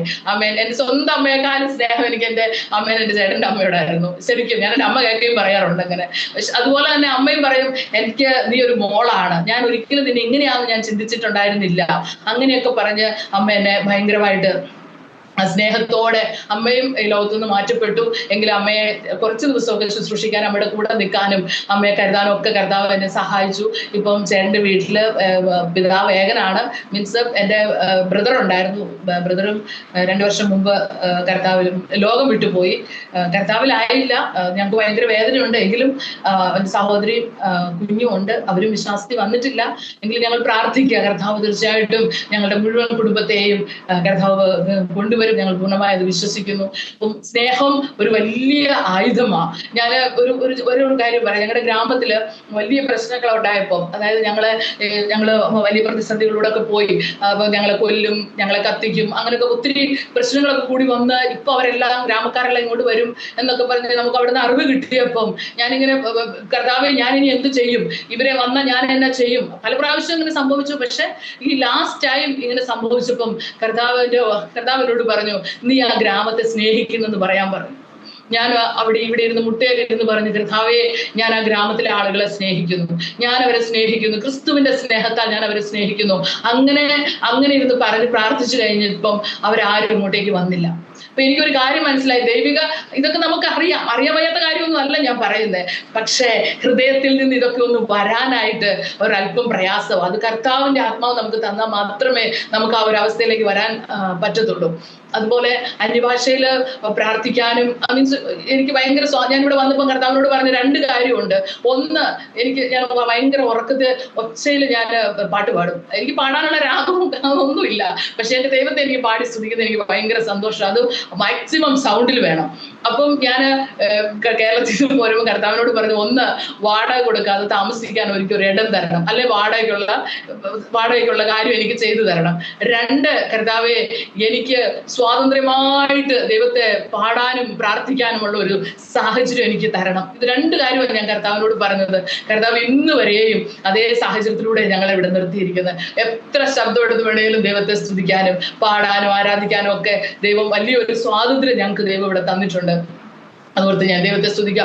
ആ സ്വാതന്ത്ര്യം എന്തുവാ, നമ്മളെ എല്ലാ പരിസ്ഥിതിയിലും ദൈവത്തോടുള്ള ആ ബന്ധത്തിൽ മുന്നോട്ട് പോകാനും എല്ലാറ്റിനെയും ജയിക്കാനുള്ള ഒരു ഗ്രേസ് ആയിട്ട് കർത്താവ് നമ്മെ അങ്ങ് കരുതുക. ഒരു പ്രാവശ്യം ഞങ്ങൾക്കെതിരെ ഒരുപാട് പ്രശ്നങ്ങൾ ഉണ്ടായി. അപ്പം പോലീസ് സ്റ്റേഷനിൽ നിന്ന് പോലീസ് ആളുകളൊക്കെ വരിക. അപ്പം ഞങ്ങളിതൊന്നും അറിയുന്നില്ല. ഞങ്ങളിങ്ങനെ ഇരുന്ന് പാട്ട് പാടുക, തുണ എനിക്ക് യേശുവേ കുറവിനില്ലതാ. എന്റെ കൂടെ ഉള്ള 2-3 സഹോദരിമാർ ഞങ്ങളെല്ലാം കൂടെ ഒരുമിച്ചിരുന്ന് ഭയങ്കര ശബ്ദത്തിൽ ഞങ്ങൾ പാടി ദൈവത്തെ ആരാധിക്കുമ്പോൾ ഈ ഞങ്ങളുടെ എൻക്വയറിക്ക് വേണ്ടി വന്ന പോലീസുകാർ താഴെ നിന്ന് പാട്ട് കേട്ടുകൊണ്ടിരിക്കുക. ഞങ്ങൾ അറിയുന്നില്ല. അത് കഴിഞ്ഞ് ഞങ്ങൾ പാട്ടൊക്കെല്ലാം കഴിഞ്ഞ് എഴുന്നേൽക്കുമ്പോൾ ഉണ്ട്, പാട്ടെല്ലാം കഴിഞ്ഞ് വന്ന അവര് ഒന്നും പറയാതെ അവരങ്ങ് തിരിച്ചു പോകുന്നത് കാണാനിടയായി. പക്ഷെ എനിക്ക് മനസ്സിലായി, ദൈവത്തിന് ഇടപെടാൻ, ദൈവത്തെ ആരാധിക്കുമ്പോൾ, ദൈവത്തെ സ്തുതിക്കുമ്പോൾ, ദൈവത്തെ സ്നേഹിക്കുമ്പോൾ, നമ്മിൽ ആ ദൈവസ്നേഹം നിറയുമ്പോൾ ദൈവത്തിന് ഒന്നും അസാധ്യമല്ല. പലപ്പോഴും ഇതെല്ലാം ലിമിറ്റ് ചെയ്യുന്നത് നമ്മൾ തന്നെയാണ്, നമ്മുടെ ചിന്തകളാ. നമ്മളാ ചിന്തിക്കുന്നത് ഞാൻ ഉറക്കപ്പാടിയ എന്തെങ്കിലും പ്രശ്നമാണെന്ന്, നമ്മളാ ചിന്തിക്കുന്നത് എല്ലാ പ്രശ്നമാണെന്ന് നമ്മൾ തന്നെയാണ് ചിന്തിച്ചു വെക്കുന്നത്. പക്ഷെ സ്വർഗത്തിലെ ദൈവത്തിന്റെ മുന്നിൽ നമ്മളൊന്ന് ഏൽപ്പിച്ചു കൊടുക്കുമ്പോൾ ആ ദൈവസ്നേഹം നമ്മെ എല്ലാറ്റിലും കവിഞ്ഞ് നമ്മളെ കവർ ചെയ്ത് നമ്മെ സുരക്ഷിതരാക്കി മുന്നോട്ട് കൊണ്ടുപോകാനായിട്ട് ഇടയാവും. ഞാൻ ദൈവത്തിന് നന്ദി പറയും. ഒരു അനുഭവം കൂടെ പറയട്ടെ. ഞാൻ ഈ അന്യഭാഷയിൽ പ്രാർത്ഥിക്കുമ്പം പലരും എന്നെ ഒത്തിരി തെറ്റിദ്ധരിച്ചിട്ടുണ്ട്. ഒരു സമയത്ത് എന്നിൽ ബുദ്ധിമുട്ടുണ്ടായിരുന്നു, മാനസികമായ അസ്വസ്ഥത ഉണ്ടായിരുന്നു, എന്നിൽ ദുഷ്ടാത്മാവ് ഉണ്ടായിരുന്നു. പക്ഷെ ദൈവം എന്നെ അതിൽ നിന്നെല്ലാം വിടുവിച്ച ഒരു സമയമാണ്. പക്ഷെ അതിനുശേഷം ഞാൻ ചർച്ചിൽ പോയി ആരാധിക്കുമ്പോൾ കർത്താവ് എന്നെ വിടുവിച്ച കർത്താവിന്റെ സ്നേഹം ഓർക്കുമ്പോൾ എനിക്ക് വെറുതെ ഇരിക്കാൻ പറ്റത്തില്ല. ഞാൻ ഉറക്കെ ദൈവത്തെ ആരാധിക്കുകയും അന്യഭാഷയിൽ ഉറക്കെ സ്തുതിക്കുകയും ഒക്കെ ചെയ്യുന്ന ഒരു സാഹചര്യത്തിൽ ഞങ്ങളുടെ ചർച്ചിൽ വന്നൊരു ദൈവദാസി വന്നിട്ട് പറഞ്ഞു, എന്നിൽ ഭൂതവാ എന്ന് പറഞ്ഞ് അവരെന്നെ ശാസിക്കാനിടയായി. അവരെന്നോട് പറഞ്ഞു, യേശുവിന്റെ നാമത്തിൽ അടങ്ങെന്ന് പറഞ്ഞു. ഞാൻ ആകെ ഞെട്ടിപ്പോയി. അത് കുറെ നാളുകളായി പലരും എന്നോട് പറയുക, നീ ആരാധിക്കുമ്പോൾ, നീ സ്തുതിക്കുമ്പോൾ ഞങ്ങൾക്ക് നിന്റെ കൂടെ ചേരാൻ പറ്റുന്നില്ല, നിന്നിൽ വല്ലാത്തൊരു സ്പിരിറ്റാ, നിന്നിൽ യഥാർത്ഥ സ്പിരിറ്റ് അല്ല, നിന്നിൽ ഹോളി സ്പിരിറ്റ് അല്ല എന്ന് പലരും എന്നോട് പറഞ്ഞിട്ടുണ്ട്. അപ്പം ഞാൻ ഇരുന്ന് കരയും, കർത്താവേ എന്നിൽ യഥാർത്ഥ സ്പിരിറ്റ് അല്ല എങ്കിൽ അത് മാറ്റി പരിശുദ്ധാത്മാവിന് തരണേ എന്ന് പറഞ്ഞ് ഞാൻ എപ്പോഴും പ്രാർത്ഥിക്കുകയൊക്കെ ചെയ്യും. പക്ഷെ എനിക്കൊരു ഡിഫറൻസ് ഒന്നും എനിക്ക് ഫീൽ ചെയ്തിട്ടില്ല. പക്ഷെ ഈ ദേവദാസി എന്നെ ഇങ്ങനെ ശാസിച്ച് പ്രാർത്ഥിച്ചു തന്ന് ഞാൻ ഭയങ്കരമായിട്ട് തകർന്നു പോയി. ഞാൻ പറഞ്ഞു, കർത്താവേ എന്നിൽ എന്തെങ്കിലും ഉണ്ടോ എന്ന് എനിക്ക് അറിയത്തില്ല, എനിക്ക് ഒറ്റ ചിന്തയുള്ളൂ, എനിക്ക് എന്റെ കർത്താവിനെ വേണം, കർത്താവിൽ വസിക്കണം എന്നൊരു ഒറ്റ ആഗ്രഹമേ എനിക്കുള്ളൂ. എന്നിൽ എന്തെങ്കിലും അശുദ്ധാത്മാവാണോ എനിക്കറിയത്തില്ല, പക്ഷെ എനിക്ക് വേണ്ടത് പരിശുദ്ധാത്മാവിനെയാ. എന്നിലുള്ള അന്യഭാഷ സത്യമാണോ ഏതാണെന്ന് ഞാൻ ഇതുവരെയും വേറൊരിടത്തും കണ്ടിട്ടുമില്ല, കേട്ടിട്ടുമില്ല, എനിക്ക് തൊട്ട് അറിയത്തുമില്ല. അതുകൊണ്ട് എന്നിലുള്ളത് ഏത് ആത്മാവാണെന്ന് എന്നോട് പറയാതെ എന്നെ ശാസിച്ച വ്യക്തിയോട്, കർത്താവേ ഇന്ന് രാത്രി നീ സംസാരിക്കണേ, അങ്ങ് സംസാരിക്കാതെ ഞാൻ ഉറങ്ങത്തില്ലെന്ന് പറഞ്ഞു. അങ്ങനെ ഞാൻ അന്ന് രാത്രി മുഴുവൻ ഞാനിരുന്ന് കരഞ്ഞു. ഞാനൊരു 11:55 ഒക്കെ ആയപ്പം ആ ദേവദാസി വന്നിട്ട് എന്നെ വിളിച്ചിട്ട് പറഞ്ഞു, മോളെ കരയണ്ട. നിർത്താതെ ഞാൻ കരഞ്ഞു ദേവസന്നിധിയിൽ. 6:30 മുതൽ 11:50-55 വരെ ഞാൻ കരഞ്ഞിട്ട് പറഞ്ഞു, എന്നിലുള്ളത് ഏത് ആത്മാവാണെന്ന് എനിക്കിന്ന് വ്യക്തമാക്കി എന്റെ കർത്താവിനോട് സംസാരിക്കണം. എന്നോട് മാത്രമല്ല, എന്നെ ശാസിച്ച ദേവദാസിയോട് സംസാരിക്കണം. അങ്ങനെ ഞാൻ കരഞ്ഞ് 11:55 ആയപ്പോൾ ആ ദേവദാസി എന്നെ വിളിച്ചിട്ട് പറഞ്ഞു, മോളെ നിന്നിലുള്ളത് ദൈവകൃപയാ, നീ വിഷമിക്കണ്ട, നീ കരയണ്ട എന്ന് പറയാനിടയായി. അപ്പം അന്ന് എനിക്ക് വളരെ ഒരു ഉറപ്പും ധൈര്യവും കിട്ടി. ആമേൻ. കാരണം നമ്മൾ പറയുന്നത് എന്താണെന്ന് നമുക്ക് മനസ്സിലാകുന്നില്ല, മറ്റുള്ളവർക്ക് മനസ്സിലാകുന്നില്ല. അപ്പൊ അതുകൊണ്ട് ഇത് ശരിയാണോ ഇത് തെറ്റാണോ എന്ന് പലർക്കും തിരിച്ചറിയാൻ പറ്റാത്തൊരു സാഹചര്യമാണ്. പക്ഷെ ദൈവം അന്ന് എനിക്ക് ഭയങ്കരമായിട്ട് ഒരു ഉറപ്പ് തന്നു. ആമേൻ. അതുകൊണ്ട് എന്ത് സംഭവിച്ചു, ഞാൻ ഈ അന്യഭാഷയെ ഭയങ്കരമായിട്ട് ഡിപ്പെൻഡ് ചെയ്തു, അന്യഭാഷയെ പ്രാർത്ഥിച്ചു. അപ്പൊ ഞാൻ എപ്പോഴും ചിന്തിച്ചിരുന്ന ഒരു കാര്യമുണ്ട്, അന്യഭാഷ പറയുന്നത് കൊണ്ട് ഞാൻ എപ്പോഴും ദൈവത്തിന്റെ കൂടെയാണെന്ന്. എപ്പോഴും ദൈവം, അങ്ങനെ ഒരു ചിന്ത. പക്ഷെ എന്ത് സംഭവിച്ചു, ഞാനൊരു സ്വപ്നം കണ്ടു. ആ സ്വപ്നത്തെ തുടർന്ന് എന്റെ ഉള്ളിൽ ഭയങ്കര ഭയം ഉണ്ടായി. ഈ സ്വപ്നത്തെ കുറിച്ച് ചിന്തിച്ചുകൊണ്ട് നടക്കാൻ തുടങ്ങി. അപ്പം അതിന്റെ ഒരു റിസൾട്ട് പോലെ എന്റെ പ്രാർത്ഥന കുറഞ്ഞു, എന്റെ വചനധ്യാനം കുറഞ്ഞു.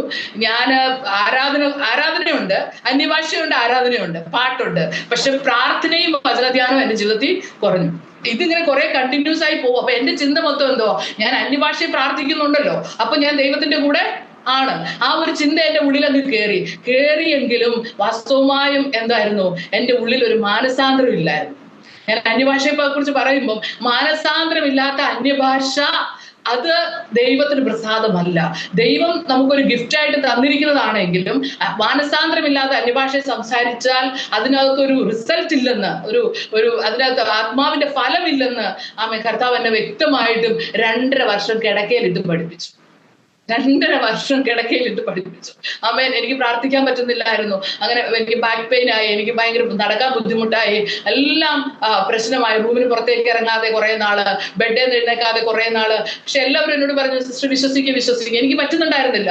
വിശ്വസിക്കുക എന്ന് പറഞ്ഞാൽ എങ്ങനെ, എനിക്ക് പറ്റുന്നില്ല. പക്ഷെ ഒരിക്കലും ഒരു ഉപവാസ പ്രാർത്ഥനയില് കർത്താവിന്റെ ആത്മാവിനോട് വ്യക്തമായിട്ട് സംസാരിച്ചു, അവിശ്വാസമുള്ള ദുഷ്ടഹൃദയം നിങ്ങളിൽ ഉണ്ടാകാതിരിക്കാൻ സൂക്ഷിപ്പിൻ. ആ വചനം എന്റെ ഉള്ളത്തിൽ ക്രിയ ചെയ്തിട്ട് എനിക്ക് മനസ്സിലായി, എന്റെ വിശ്വാസത്തിന് കുറവ് വന്നു. വചനധ്യാനവും പ്രാർത്ഥനയും കുറഞ്ഞ് എന്റെ വിശ്വാസത്തിന് കുറവ് വന്നു. പക്ഷെ അന്യഭാഷയ്ക്ക് കുറവ് വന്നില്ല. പക്ഷെ അതൊരു തെറ്റിദ്ധാരണയായി പോയി. അന്യഭാഷയിൽ പ്രാർത്ഥിക്കുന്നവരെല്ലാം ദൈവത്തിന്റെ കൂടെയാണെന്നും ദൈവ സാന്നിധ്യം ഉണ്ടെന്നും തെറ്റിദ്ധാരണ എന്റെ ഉള്ളത്തിൽ വന്നുപോയി. പക്ഷെ അന്ന് കർത്താവിനെ പഠിപ്പിച്ചു, അങ്ങനല്ല. മനസാന്തരമില്ലാതെ അന്യഭാഷയിൽ പ്രാർത്ഥിക്കുന്നത് കൊണ്ട് ഒന്നും സംഭവിക്കുന്നില്ല. ആമേൻ. ദൈവം അത് വളരെ വ്യക്തമായിട്ട് എന്നെ പഠിപ്പിച്ചു. ദൈവം എന്നെ ആ ഒരൊറ്റ വചനം കൊണ്ട് കർത്താവ് എന്നെ ഹീൽ ചെയ്തു. ആ വചനം കൊണ്ട് എന്നെ ഹീൽ ചെയ്തു. ദൈവം എന്നെ ആ ഒരു അവസ്ഥയിൽ നിന്നെല്ലാം മാറ്റം വരുത്തി. കർത്താവ് എന്നെ ഇപ്പോ ഇവിടെ ആയിരിക്കാൻ കർത്താവ് എന്നെ സഹായിക്കുക. അതുപോലെ ഒരു പ്രാവശ്യം ഞാൻ ഒരു അന്യഭാഷയുടെ ഒരു കാര്യം കൂടെ പറയട്ടെ. ഞാനിത് എന്തിനാ പറയുന്നത് വെച്ച് കഴിഞ്ഞാൽ, പലരും എന്നോട് പറയുന്നുണ്ട് ഇത് വേണ്ട. പലരും ചോദിക്കുന്നുണ്ട് എന്തിനാ. എന്റെ കസിൻസ് ഒക്കെ വേറെ ഫെലോഷിപ്പിലൊക്കെ ഉള്ളവർ, അവരൊക്കെ എന്നെ ഒത്തിരി ഡിസ്കറേജ് ചെയ്യുന്ന ഒരു കാര്യമാണ് ഞാൻ അന്യഭാഷയിൽ പ്രാർത്ഥിക്കുന്നതിൽ. അപ്പം ഒരു പ്രാവശ്യം എന്റെ കൂടെയുള്ള ഒരു കുഞ്ഞിന് സുഖമില്ലാതെയായി. അവൾക്ക് പാനിക് അറ്റാക്ക് ഉണ്ടായി. പല പ്രാവശ്യം ആ കുഞ്ഞ് മരിച്ചു പോകുന്ന ഒരു അവസ്ഥയിലേക്ക് വന്നു. മരിച്ചുപോയി, അവൾക്ക് അനക്കമില്ലാതെ പോയി. പക്ഷെ എന്റെ വിശ്വാസം കൊണ്ടൊന്നുമല്ല, എന്റെ ഭയം കൊണ്ട് ഞാൻ ഓടിച്ചെന്ന് അവളുടെ നെഞ്ചത്ത് കൈവച്ച് അന്യഭാഷയിൽ ദൈവത്തെ ആരാധിക്കുമ്പോൾ ആ കുഞ്ഞിലെ ശ്വാസം തിരികെ വരുന്നത് ഞാൻ പല പ്രാവശ്യം കണ്ടു. അതിനുശേഷം അവള് പൂർണ്ണ ബോധത്തിലേക്കൊക്കെ തിരിച്ചു വന്നപ്പോൾ ഞാൻ ചോദിച്ചപ്പം ആ കൊച്ചെൻ്റെ അടുത്ത് പറഞ്ഞ ഒരു കാര്യമാണ്. ഞാൻ ഒരു ദിവസം അവള് ശരിക്കും അവളുടെ ശ്വാസം നിന്നു.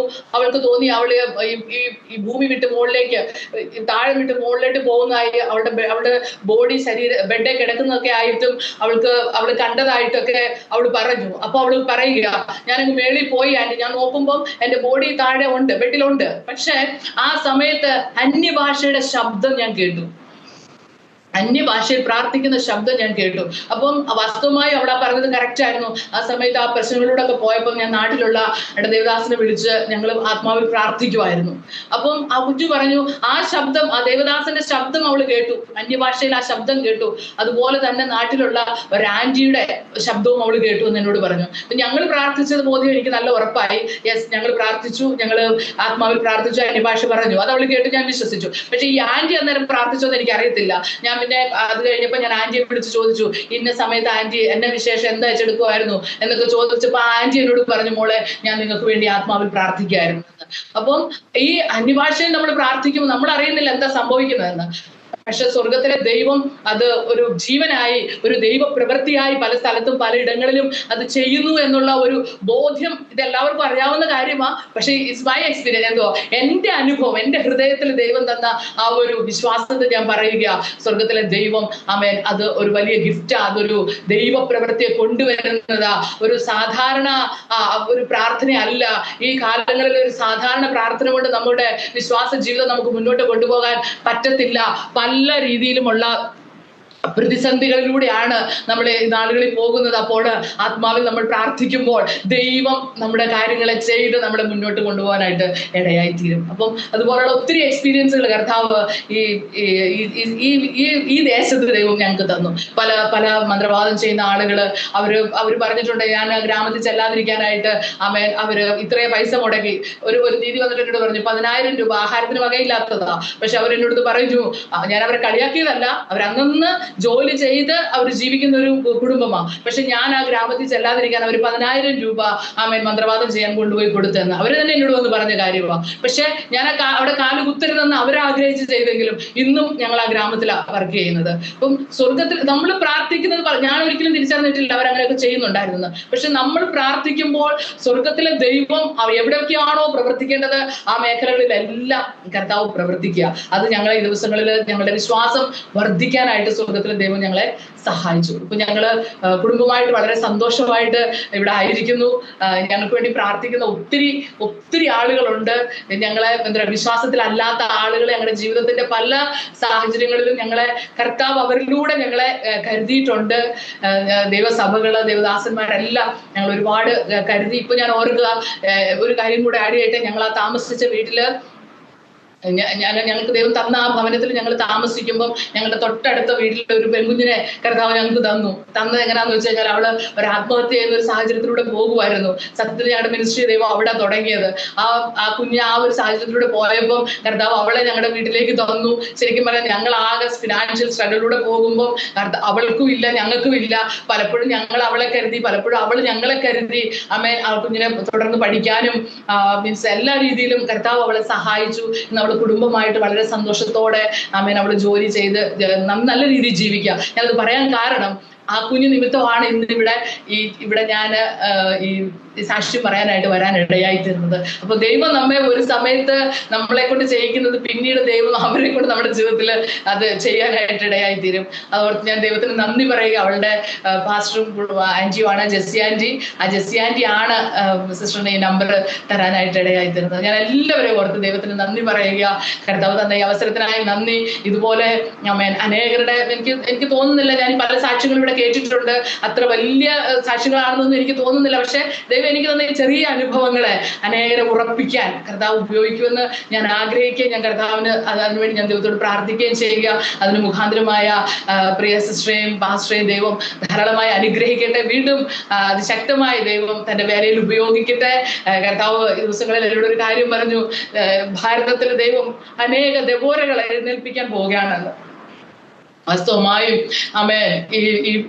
ഇതും ഈ മിനിസ്ട്രിയും നമ്മുടെ ഭാരതത്തിൽ അനേക ദെബോരമാരെ എഴുന്നേൽപ്പിക്കുന്ന, അനേക സിംഹത്തെ പോലെ ദൈവം ഉപയോഗിക്കുന്ന അനേക സ്ത്രീകളെ എഴുന്നേൽപ്പിക്കുന്ന ഒരു മിനിസ്ട്രി ആക്കി കർത്താവ് ഇതിനെ മാറ്റട്ടെ എന്ന് ഞാൻ വാസ്തവമായും പ്രാർത്ഥിക്കുന്നു. ദൈവം നമ്മെ എല്ലാവരെയും അനുഗ്രഹിക്കട്ടെ. താങ്ക് യു സിസ്റ്ററെ. വളരെ അനുഗ്രഹിക്കപ്പെട്ട സാക്ഷ്യമായിരുന്നു. ചെറിയ പ്രായത്തിൽ മുതൽ തന്നെ ഒത്തിരി അല്ലയോ ധാരാളം അനുഭവങ്ങളിൽ കൂടി കടന്നുപോയി. അവിടെ എല്ലാം കർത്താവ് കൂടെ ഇരുന്ന് ഇന്ന് വരെയും കരം പിടിച്ച് നടത്തി. ഇന്ന് ബീഹാറിൽ അനുഗ്രഹിക്കപ്പെട്ട ഒരു മിഷണറി കുടുംബമായിട്ട് കർത്താവ് നിർത്തുന്ന കർത്താവ് വലിയ പ്രവർത്തിക്കായ ദൈവത്തിന് നന്ദി പറയുന്നു. ഒത്തിരി നിരാശയുടെ അവസ്ഥകളിൽ കൂടി, ഏകാന്തതയുടെ അവസ്ഥകളിൽ കൂടെ എല്ലാം കടന്നു പോയിട്ടുണ്ട്. ആത്മഹത്യ ചെയ്യാൻ പല പ്രാവശ്യം അല്ലയോ? അതെ പല പ്രാവശ്യം അങ്ങനെ അവിടുന്ന് എല്ലാം കർത്താവ് വലിയൊരു പദ്ധതി ഉണ്ടായിരുന്നു. കർത്താവിൻ്റെ വേലയ്ക്ക് വേണ്ടി കർത്താവ് ഇങ്ങനെ അവിടുന്ന് എല്ലാം പണിഞ്ഞ് കർത്താവ് പുറത്ത് വരികയായിരുന്നു. നമ്മൾ ശോധനയെ കൂടി കടന്നു പോകുമ്പോഴെല്ലാം അതിൻ്റെ പിന്നിൽ കർത്താവിന് വലിയൊരു പദ്ധതിയുണ്ട്. നമ്മളെ കർത്താവിൽ നിന്നെല്ലാം പൊന്നുപോലെ പുറത്ത് കൊണ്ടുവന്നിട്ട് നമ്മളെ അനേകർക്ക് ആശ്വാസം വിടുതലുമാക്കി ആ അവസ്ഥയെ കൂടി കടന്നു പോകുന്നവർക്ക് ഇന്ന് സിസ്റ്റർ കുടുംബം വളരെ ഒരു അനുഗ്രഹവും ആശ്വാസമായിട്ട് കർത്താവ് അവിടെ ബീഹാറിൻ്റെ പ്രദേശത്ത് ആക്കിയിരിക്കുന്നു. സിസ്റ്റർ നമ്മുടെ ഇന്ത്യയിലും വന്ന് സാക്ഷ്യം പറഞ്ഞതാണ്. ഈ 15 വർഷമായി സിസ്റ്റർ ബീഹാറിൽ, പക്ഷെ നന്നായിട്ട് ഇന്ത്യയിൽ നന്നായിട്ട് സാക്ഷ്യം പറയാൻ കർത്താവ് സിസ്റ്ററെ സഹായിച്ചു. ദൈവം ധാരാളം അനുഗ്രഹിക്കട്ടെ. കുടുംബമായിട്ട് കർത്താവ് ആ ദേശത്ത് പിന്നെ ഉപയോഗിക്കട്ടെ എന്ന് പ്രാർത്ഥിക്കുന്നു. ഇനി എന്തെങ്കിലും ആഡ് ചെയ്യണമെങ്കിൽ സിസ്റ്റർക്ക് ആഡ് ചെയ്യുക, അല്ലെങ്കിൽ നമ്മുടെ വ്യൂവേഴ്സിന് വേണ്ടി പ്രാർത്ഥിക്കാം. പരിശുദ്ധാത്മാവേ, ഞങ്ങൾ നന്ദി പറയുന്നു. സ്വർഗത്തിലെ ദൈവമേ, നന്ദിയോടെ സ്തോത്രം ചെയ്യുക. കർത്താവേ, തന്ന അവസരത്തിനായി സ്തോത്രം. അങ്ങയുടെ നാമമഹത്വത്തിനായി തീരട്ടെ കർത്താവേ. ആമേൻ. സ്തോത്രം, സ്തോത്രം, സ്തോത്രം. കാണുന്ന എല്ലാവരുടെ ജീവിതത്തിലും പരിശുദ്ധാത്മാവ് പ്രവർത്തിക്കണമേ എന്ന് ഞങ്ങൾ പ്രാർത്ഥിക്കുക. ആമേൻ. ഹല്ലേലൂയ. ദൈവസ്നേഹത്തിനും ദൈവാത്മാവിനും മാത്രം പ്രവർത്തിക്കാൻ പറ്റുന്ന ഒരു കാലഘട്ടത്തിലാണ് കർത്താവെ ഞങ്ങൾ ആയിരിക്കുന്നത്. ഞങ്ങളുടെ വാക്കുകളോ ഞങ്ങളുടെ പ്രവൃത്തികളോ ഒന്നും കർത്താവെ അങ്ങയുടെ പ്രവൃത്തികളെ കൊണ്ടുവരുന്നില്ല കർത്താവെ. അപ്പാ സ്തോത്രം. അങ്ങയുടെ ആത്മാവിന്റെ പ്രവൃത്തി ആമേൻ അത് മാത്രമായി നാളുകളിൽ ഞങ്ങളുടെ ദേശത്ത് വെളിപ്പെടേണ്ടത് കർത്താവെ. പരിശുദ്ധാത്മാവ് ഞങ്ങളുടെ ദേശത്ത് പ്രവർത്തിക്കണം. ഇത് കേൾക്കുന്ന ഓരോ ജീവിതത്തിലും ആമേൻ പരിശുദ്ധാത്മാവ് പ്രവർത്തിക്കുമാറാകണമേ എന്ന് ഞങ്ങൾ പ്രാർത്ഥിക്കുക. എല്ലാവരിലും ആ ദൈവ സ്നേഹം വ്യാപരിച്ചിട്ട് കർത്താവേ സ്തോത്രം, സ്തോത്രം. ആ ദൈവ സ്നേഹത്തിന്റെ പ്രവൃത്തിയെ ഭൂമിയിൽ കൊണ്ടുവരുവാൻ, സ്വർഗരാജ്യത്തെ ഭൂമിയിൽ കൊണ്ടുവരുവാൻ സ്വർഗത്തിലെ ദൈവം ഓരോ വ്യക്തികളെ സഹായിക്കുമാറാകണമേ എന്ന് പ്രാർത്ഥിക്കുന്നു. ഓരോ ജീവിതങ്ങളും കടന്നു പോകുന്ന ഏതൊരു പ്രയാസമായിരുന്നാലും ബുദ്ധിമുട്ടായാലും കർത്താവെ രോഗമായാലും ദുഃഖമായാലും അതിനെല്ലാം പിന്നിൽ കർത്താവിന്റെ ആ ദൈവിക ഉദ്ദേശത്തെ വെളിപ്പെടുത്തി കൊടുത്ത് അവയെ ഞങ്ങൾ കർത്താവിന്റെ വചനത്തിൽ വായിക്കും പോലെ സകലതും നന്മയ്ക്കാക്കി കൂടി വ്യാപരിപ്പിക്കുന്ന ദൈവത്തിന്റെ കൃപ അപ്പാ അതിന്റെ ജനത്തോട് കൂടെ ഇരിക്കുമാറാകണം എന്ന് പ്രാർത്ഥിക്കുന്നു. കർത്താവെ, ഞങ്ങൾ വചനം കേൾക്കുന്നവരും കർത്താവെ സാക്ഷ്യം കേൾക്കുന്നവരുമായി മാത്രമായി തീരുമാനിടവരാതെ കർത്താവെ നാളുകളിൽ അതിനെ ഹൃദയത്തിൽ ഗ്രഹിച്ച് കർത്താവെ ഹൃദയത്തിൽ അത് ഗ്രഹിച്ച് ആമേൻ കർത്താവിന്റെ പ്രവൃത്തിയെ തികയ്ക്കുവാൻ തക്കവണ്ണം സ്വർഗത്തിലെ ദൈവം സഹായിക്കുമാറാകണമേ എന്ന് പ്രാർത്ഥിക്കുന്നു. അനേക ദിവസങ്ങളിൽ എഴുന്നേൽക്കണമേ കർത്താവെ. ഞങ്ങളുടെ ദേശത്തെ വിടുവിക്കുമാറാകണമേ എന്ന് പ്രാർത്ഥിക്കുന്നു. ഞങ്ങളുടെ ദേശത്ത് ദൈവത്തിന്റെ അത്ഭുതങ്ങൾ വെളിപ്പെടണമേ കർത്താവെ. ദൈവ സ്നേഹത്തിന്റെ പ്രവൃത്തികൾ വെളിപ്പെടണമേ. പരിശുദ്ധാത്മാവിന്റെ ശക്തി വെളിപ്പെടുത്തണമേ എന്ന് ഞങ്ങൾ പ്രാർത്ഥിക്കുന്നു കർത്താവെ. ഞങ്ങൾ ആരും അതിന് തടസ്സമായി നിൽക്കുവാൻ എന്റെ ദൈവം അനുവദിക്കല്ലേ. ദൈവ പ്രവൃത്തികളെ കർത്താവെ നാളുകളിൽ കണ്ട് സന്തോഷിക്കുവാൻ സ്വർഗത്തിലെ ദൈവം ഞങ്ങളെ സഹായിക്കണമേ എന്ന് പ്രാർത്ഥിക്കുന്നു കർത്താവെ. യൂട്യൂബ് ചാനലിലായി ഞങ്ങൾ സ്തോത്രം ചെയ്യുന്നു കർത്താവെ. അനേകരെ കർത്താവെ മുന്നിലേക്ക് കൊണ്ടുവരുവാൻ, അനേകരെ കർത്താവിന് വേണ്ടി നിലനിർത്തുവാൻ, അനേകരെ പണിതെടുക്കുവാൻ കർത്താവെ സ്തോത്രം, സ്തോത്രം, സ്തോത്രം. ആമേൻ. അനേകരുടെ വായിലൂടെ ദൈവവചനം വാളായി ദേശത്ത് പുറപ്പെടുവാൻ കർത്താവെ സ്തോത്രം, സ്തോത്രം. ദൈവ പ്രവൃത്തി കൊണ്ടുവരുന്ന ഒരു ചാനലാക്കി സ്വർഗം ഇതിനെ മാറ്റുമാറാകണമെന്ന് പ്രാർത്ഥിക്കുന്നു കർത്താവെ. നന്ദി പറയുക. ദൈവിക ഉദ്ദേശത്തെ വെളിപ്പെടുത്തി ഈ നാളുകളിൽ കർത്താവെ ദൈവ ശബ്ദമായി മാറേണ്ടവരെ കർത്താവ് എഴുന്നേൽപ്പിക്കുന്ന ദൈവ മഹത്വത്തിനായി ഞങ്ങൾ ദൈവത്തിന് നന്ദി പറയുക. നിങ്ങളുടെ ദാസനെയും ദാസിയെ അതിനായി സ്വർഗം ഉപയോഗിക്കുമാറാകണമേ എന്ന് പ്രാർത്ഥിക്കുന്നു. നിങ്ങളുടെ കരം കൂടെ ഇരിക്കണമേ, കരുണയിൽ മറയ്ക്കുമാറാകണമേ എന്ന് ഞങ്ങൾ പ്രാർത്ഥിക്കുന്നു. കരങ്ങളിൽ ഏൽപ്പിച്ചു തരിക. ഞങ്ങളുടെ ദേശത്തെ വിടുവിച്ചതിനായി നന്ദി വിശ്വാസത്തോടെ ഞങ്ങൾ കാണുന്നു കർത്താവെ. തൃക്കരത്തിൽ ഏൽപ്പിക്കുന്നു. സകല മഹത്വവും തിരുമേനിക്ക് തരുന്നു. പ്രാർത്ഥന കേട്ടതിനായി സ്തോത്രം. എല്ലാം ഞങ്ങൾക്കായി ജീവൻ തന്ന യേശുവിന്റെ നാമത്തിൽ തന്നെ പിതാവേ. ആമേൻ. താങ്ക് യു സിസ്റ്ററെ. ഞങ്ങളുടെ എല്ലാം നന്ദി സ്നേഹം അറിയിക്കുന്നു. പ്രത്യേകിച്ച് ജെസ്സി ആൻറ്റിയോടുള്ള, ജെസ്സി ആൻറ്റി നേരിട്ട് ഇതുവരെ കണ്ടിട്ടില്ല. ജെസ്സി ആൻറ്റിയാണ് നമ്മൾ ടെസ്റ്റ് മണിക്ക് വേണ്ടി വിളിച്ച് അന്നേരമാണ് സിസ്റ്റർ നമ്പർ നമുക്ക് തരുവാനിടയായത്. അങ്ങനെ അനുഗ്രഹിക്കപ്പെട്ട സാക്ഷ്യം കേൾക്കുവാൻ അങ്ങനെ ജെസ്സി ആൻറ്റി മൂലം ദൈവം നമ്മളെ സഹായിച്ചു. തീർച്ചയായും കർത്താവ് അനുഗ്രഹിക്കട്ടെ. നമ്മളിന്ന് കടന്നു പോകുന്ന ഓരോ അനുഭവങ്ങളും നാളെ അനുഗ്രഹിക്കപ്പെട്ട സാക്ഷ്യങ്ങളാക്കി നമുക്കെല്ലാം പറയാൻ കർത്താവ് ഇടവരുത്തട്ടെ എന്ന് പ്രാർത്ഥിക്കുന്നു. ദൈവം എല്ലാവരെയും അനുഗ്രഹിക്കാൻ സഹായിക്കുകയും ചെയ്യട്ടെ. ആക്ച്വലി ജെസ്സി ആൻറ്റിയെ വിളിച്ചെന്നുള്ള കാര്യം എന്നോട് ജെസ്സി ആൻറ്റി പറഞ്ഞില്ല. പറയുന്നത് ജെസ്സി ആൻറ്റിയോട്. പക്ഷെ ഞാൻ ചിന്തിക്കുക, ദൈവം എത്ര ഒരു ഗ്രേസ് കൊടുത്തിട്ട് ദൈവം ആ ഒരു കാര്യം മാറ്റി വെച്ചിട്ട് അതിനോട് പറയുക പോലും ചെയ്യാതെ. അപ്പം കർത്താവിനറിയാം. അപ്പൊ സിസ്റ്ററെ കൊണ്ടുവരണമെങ്കിൽ ജെസ്സി ആൻറ്റി കൂടെ കൊണ്ടുവരാം, അല്ലാതെ നമുക്ക് കോണ്ടാക്ട് ഇല്ലല്ലോ. കർത്താവിനറിയാം ആരെ എങ്ങനെ കോണ്ടാക്ട് ചെയ്യണമെന്ന്. തീർച്ചയായും. Okay sister, thank you. Price.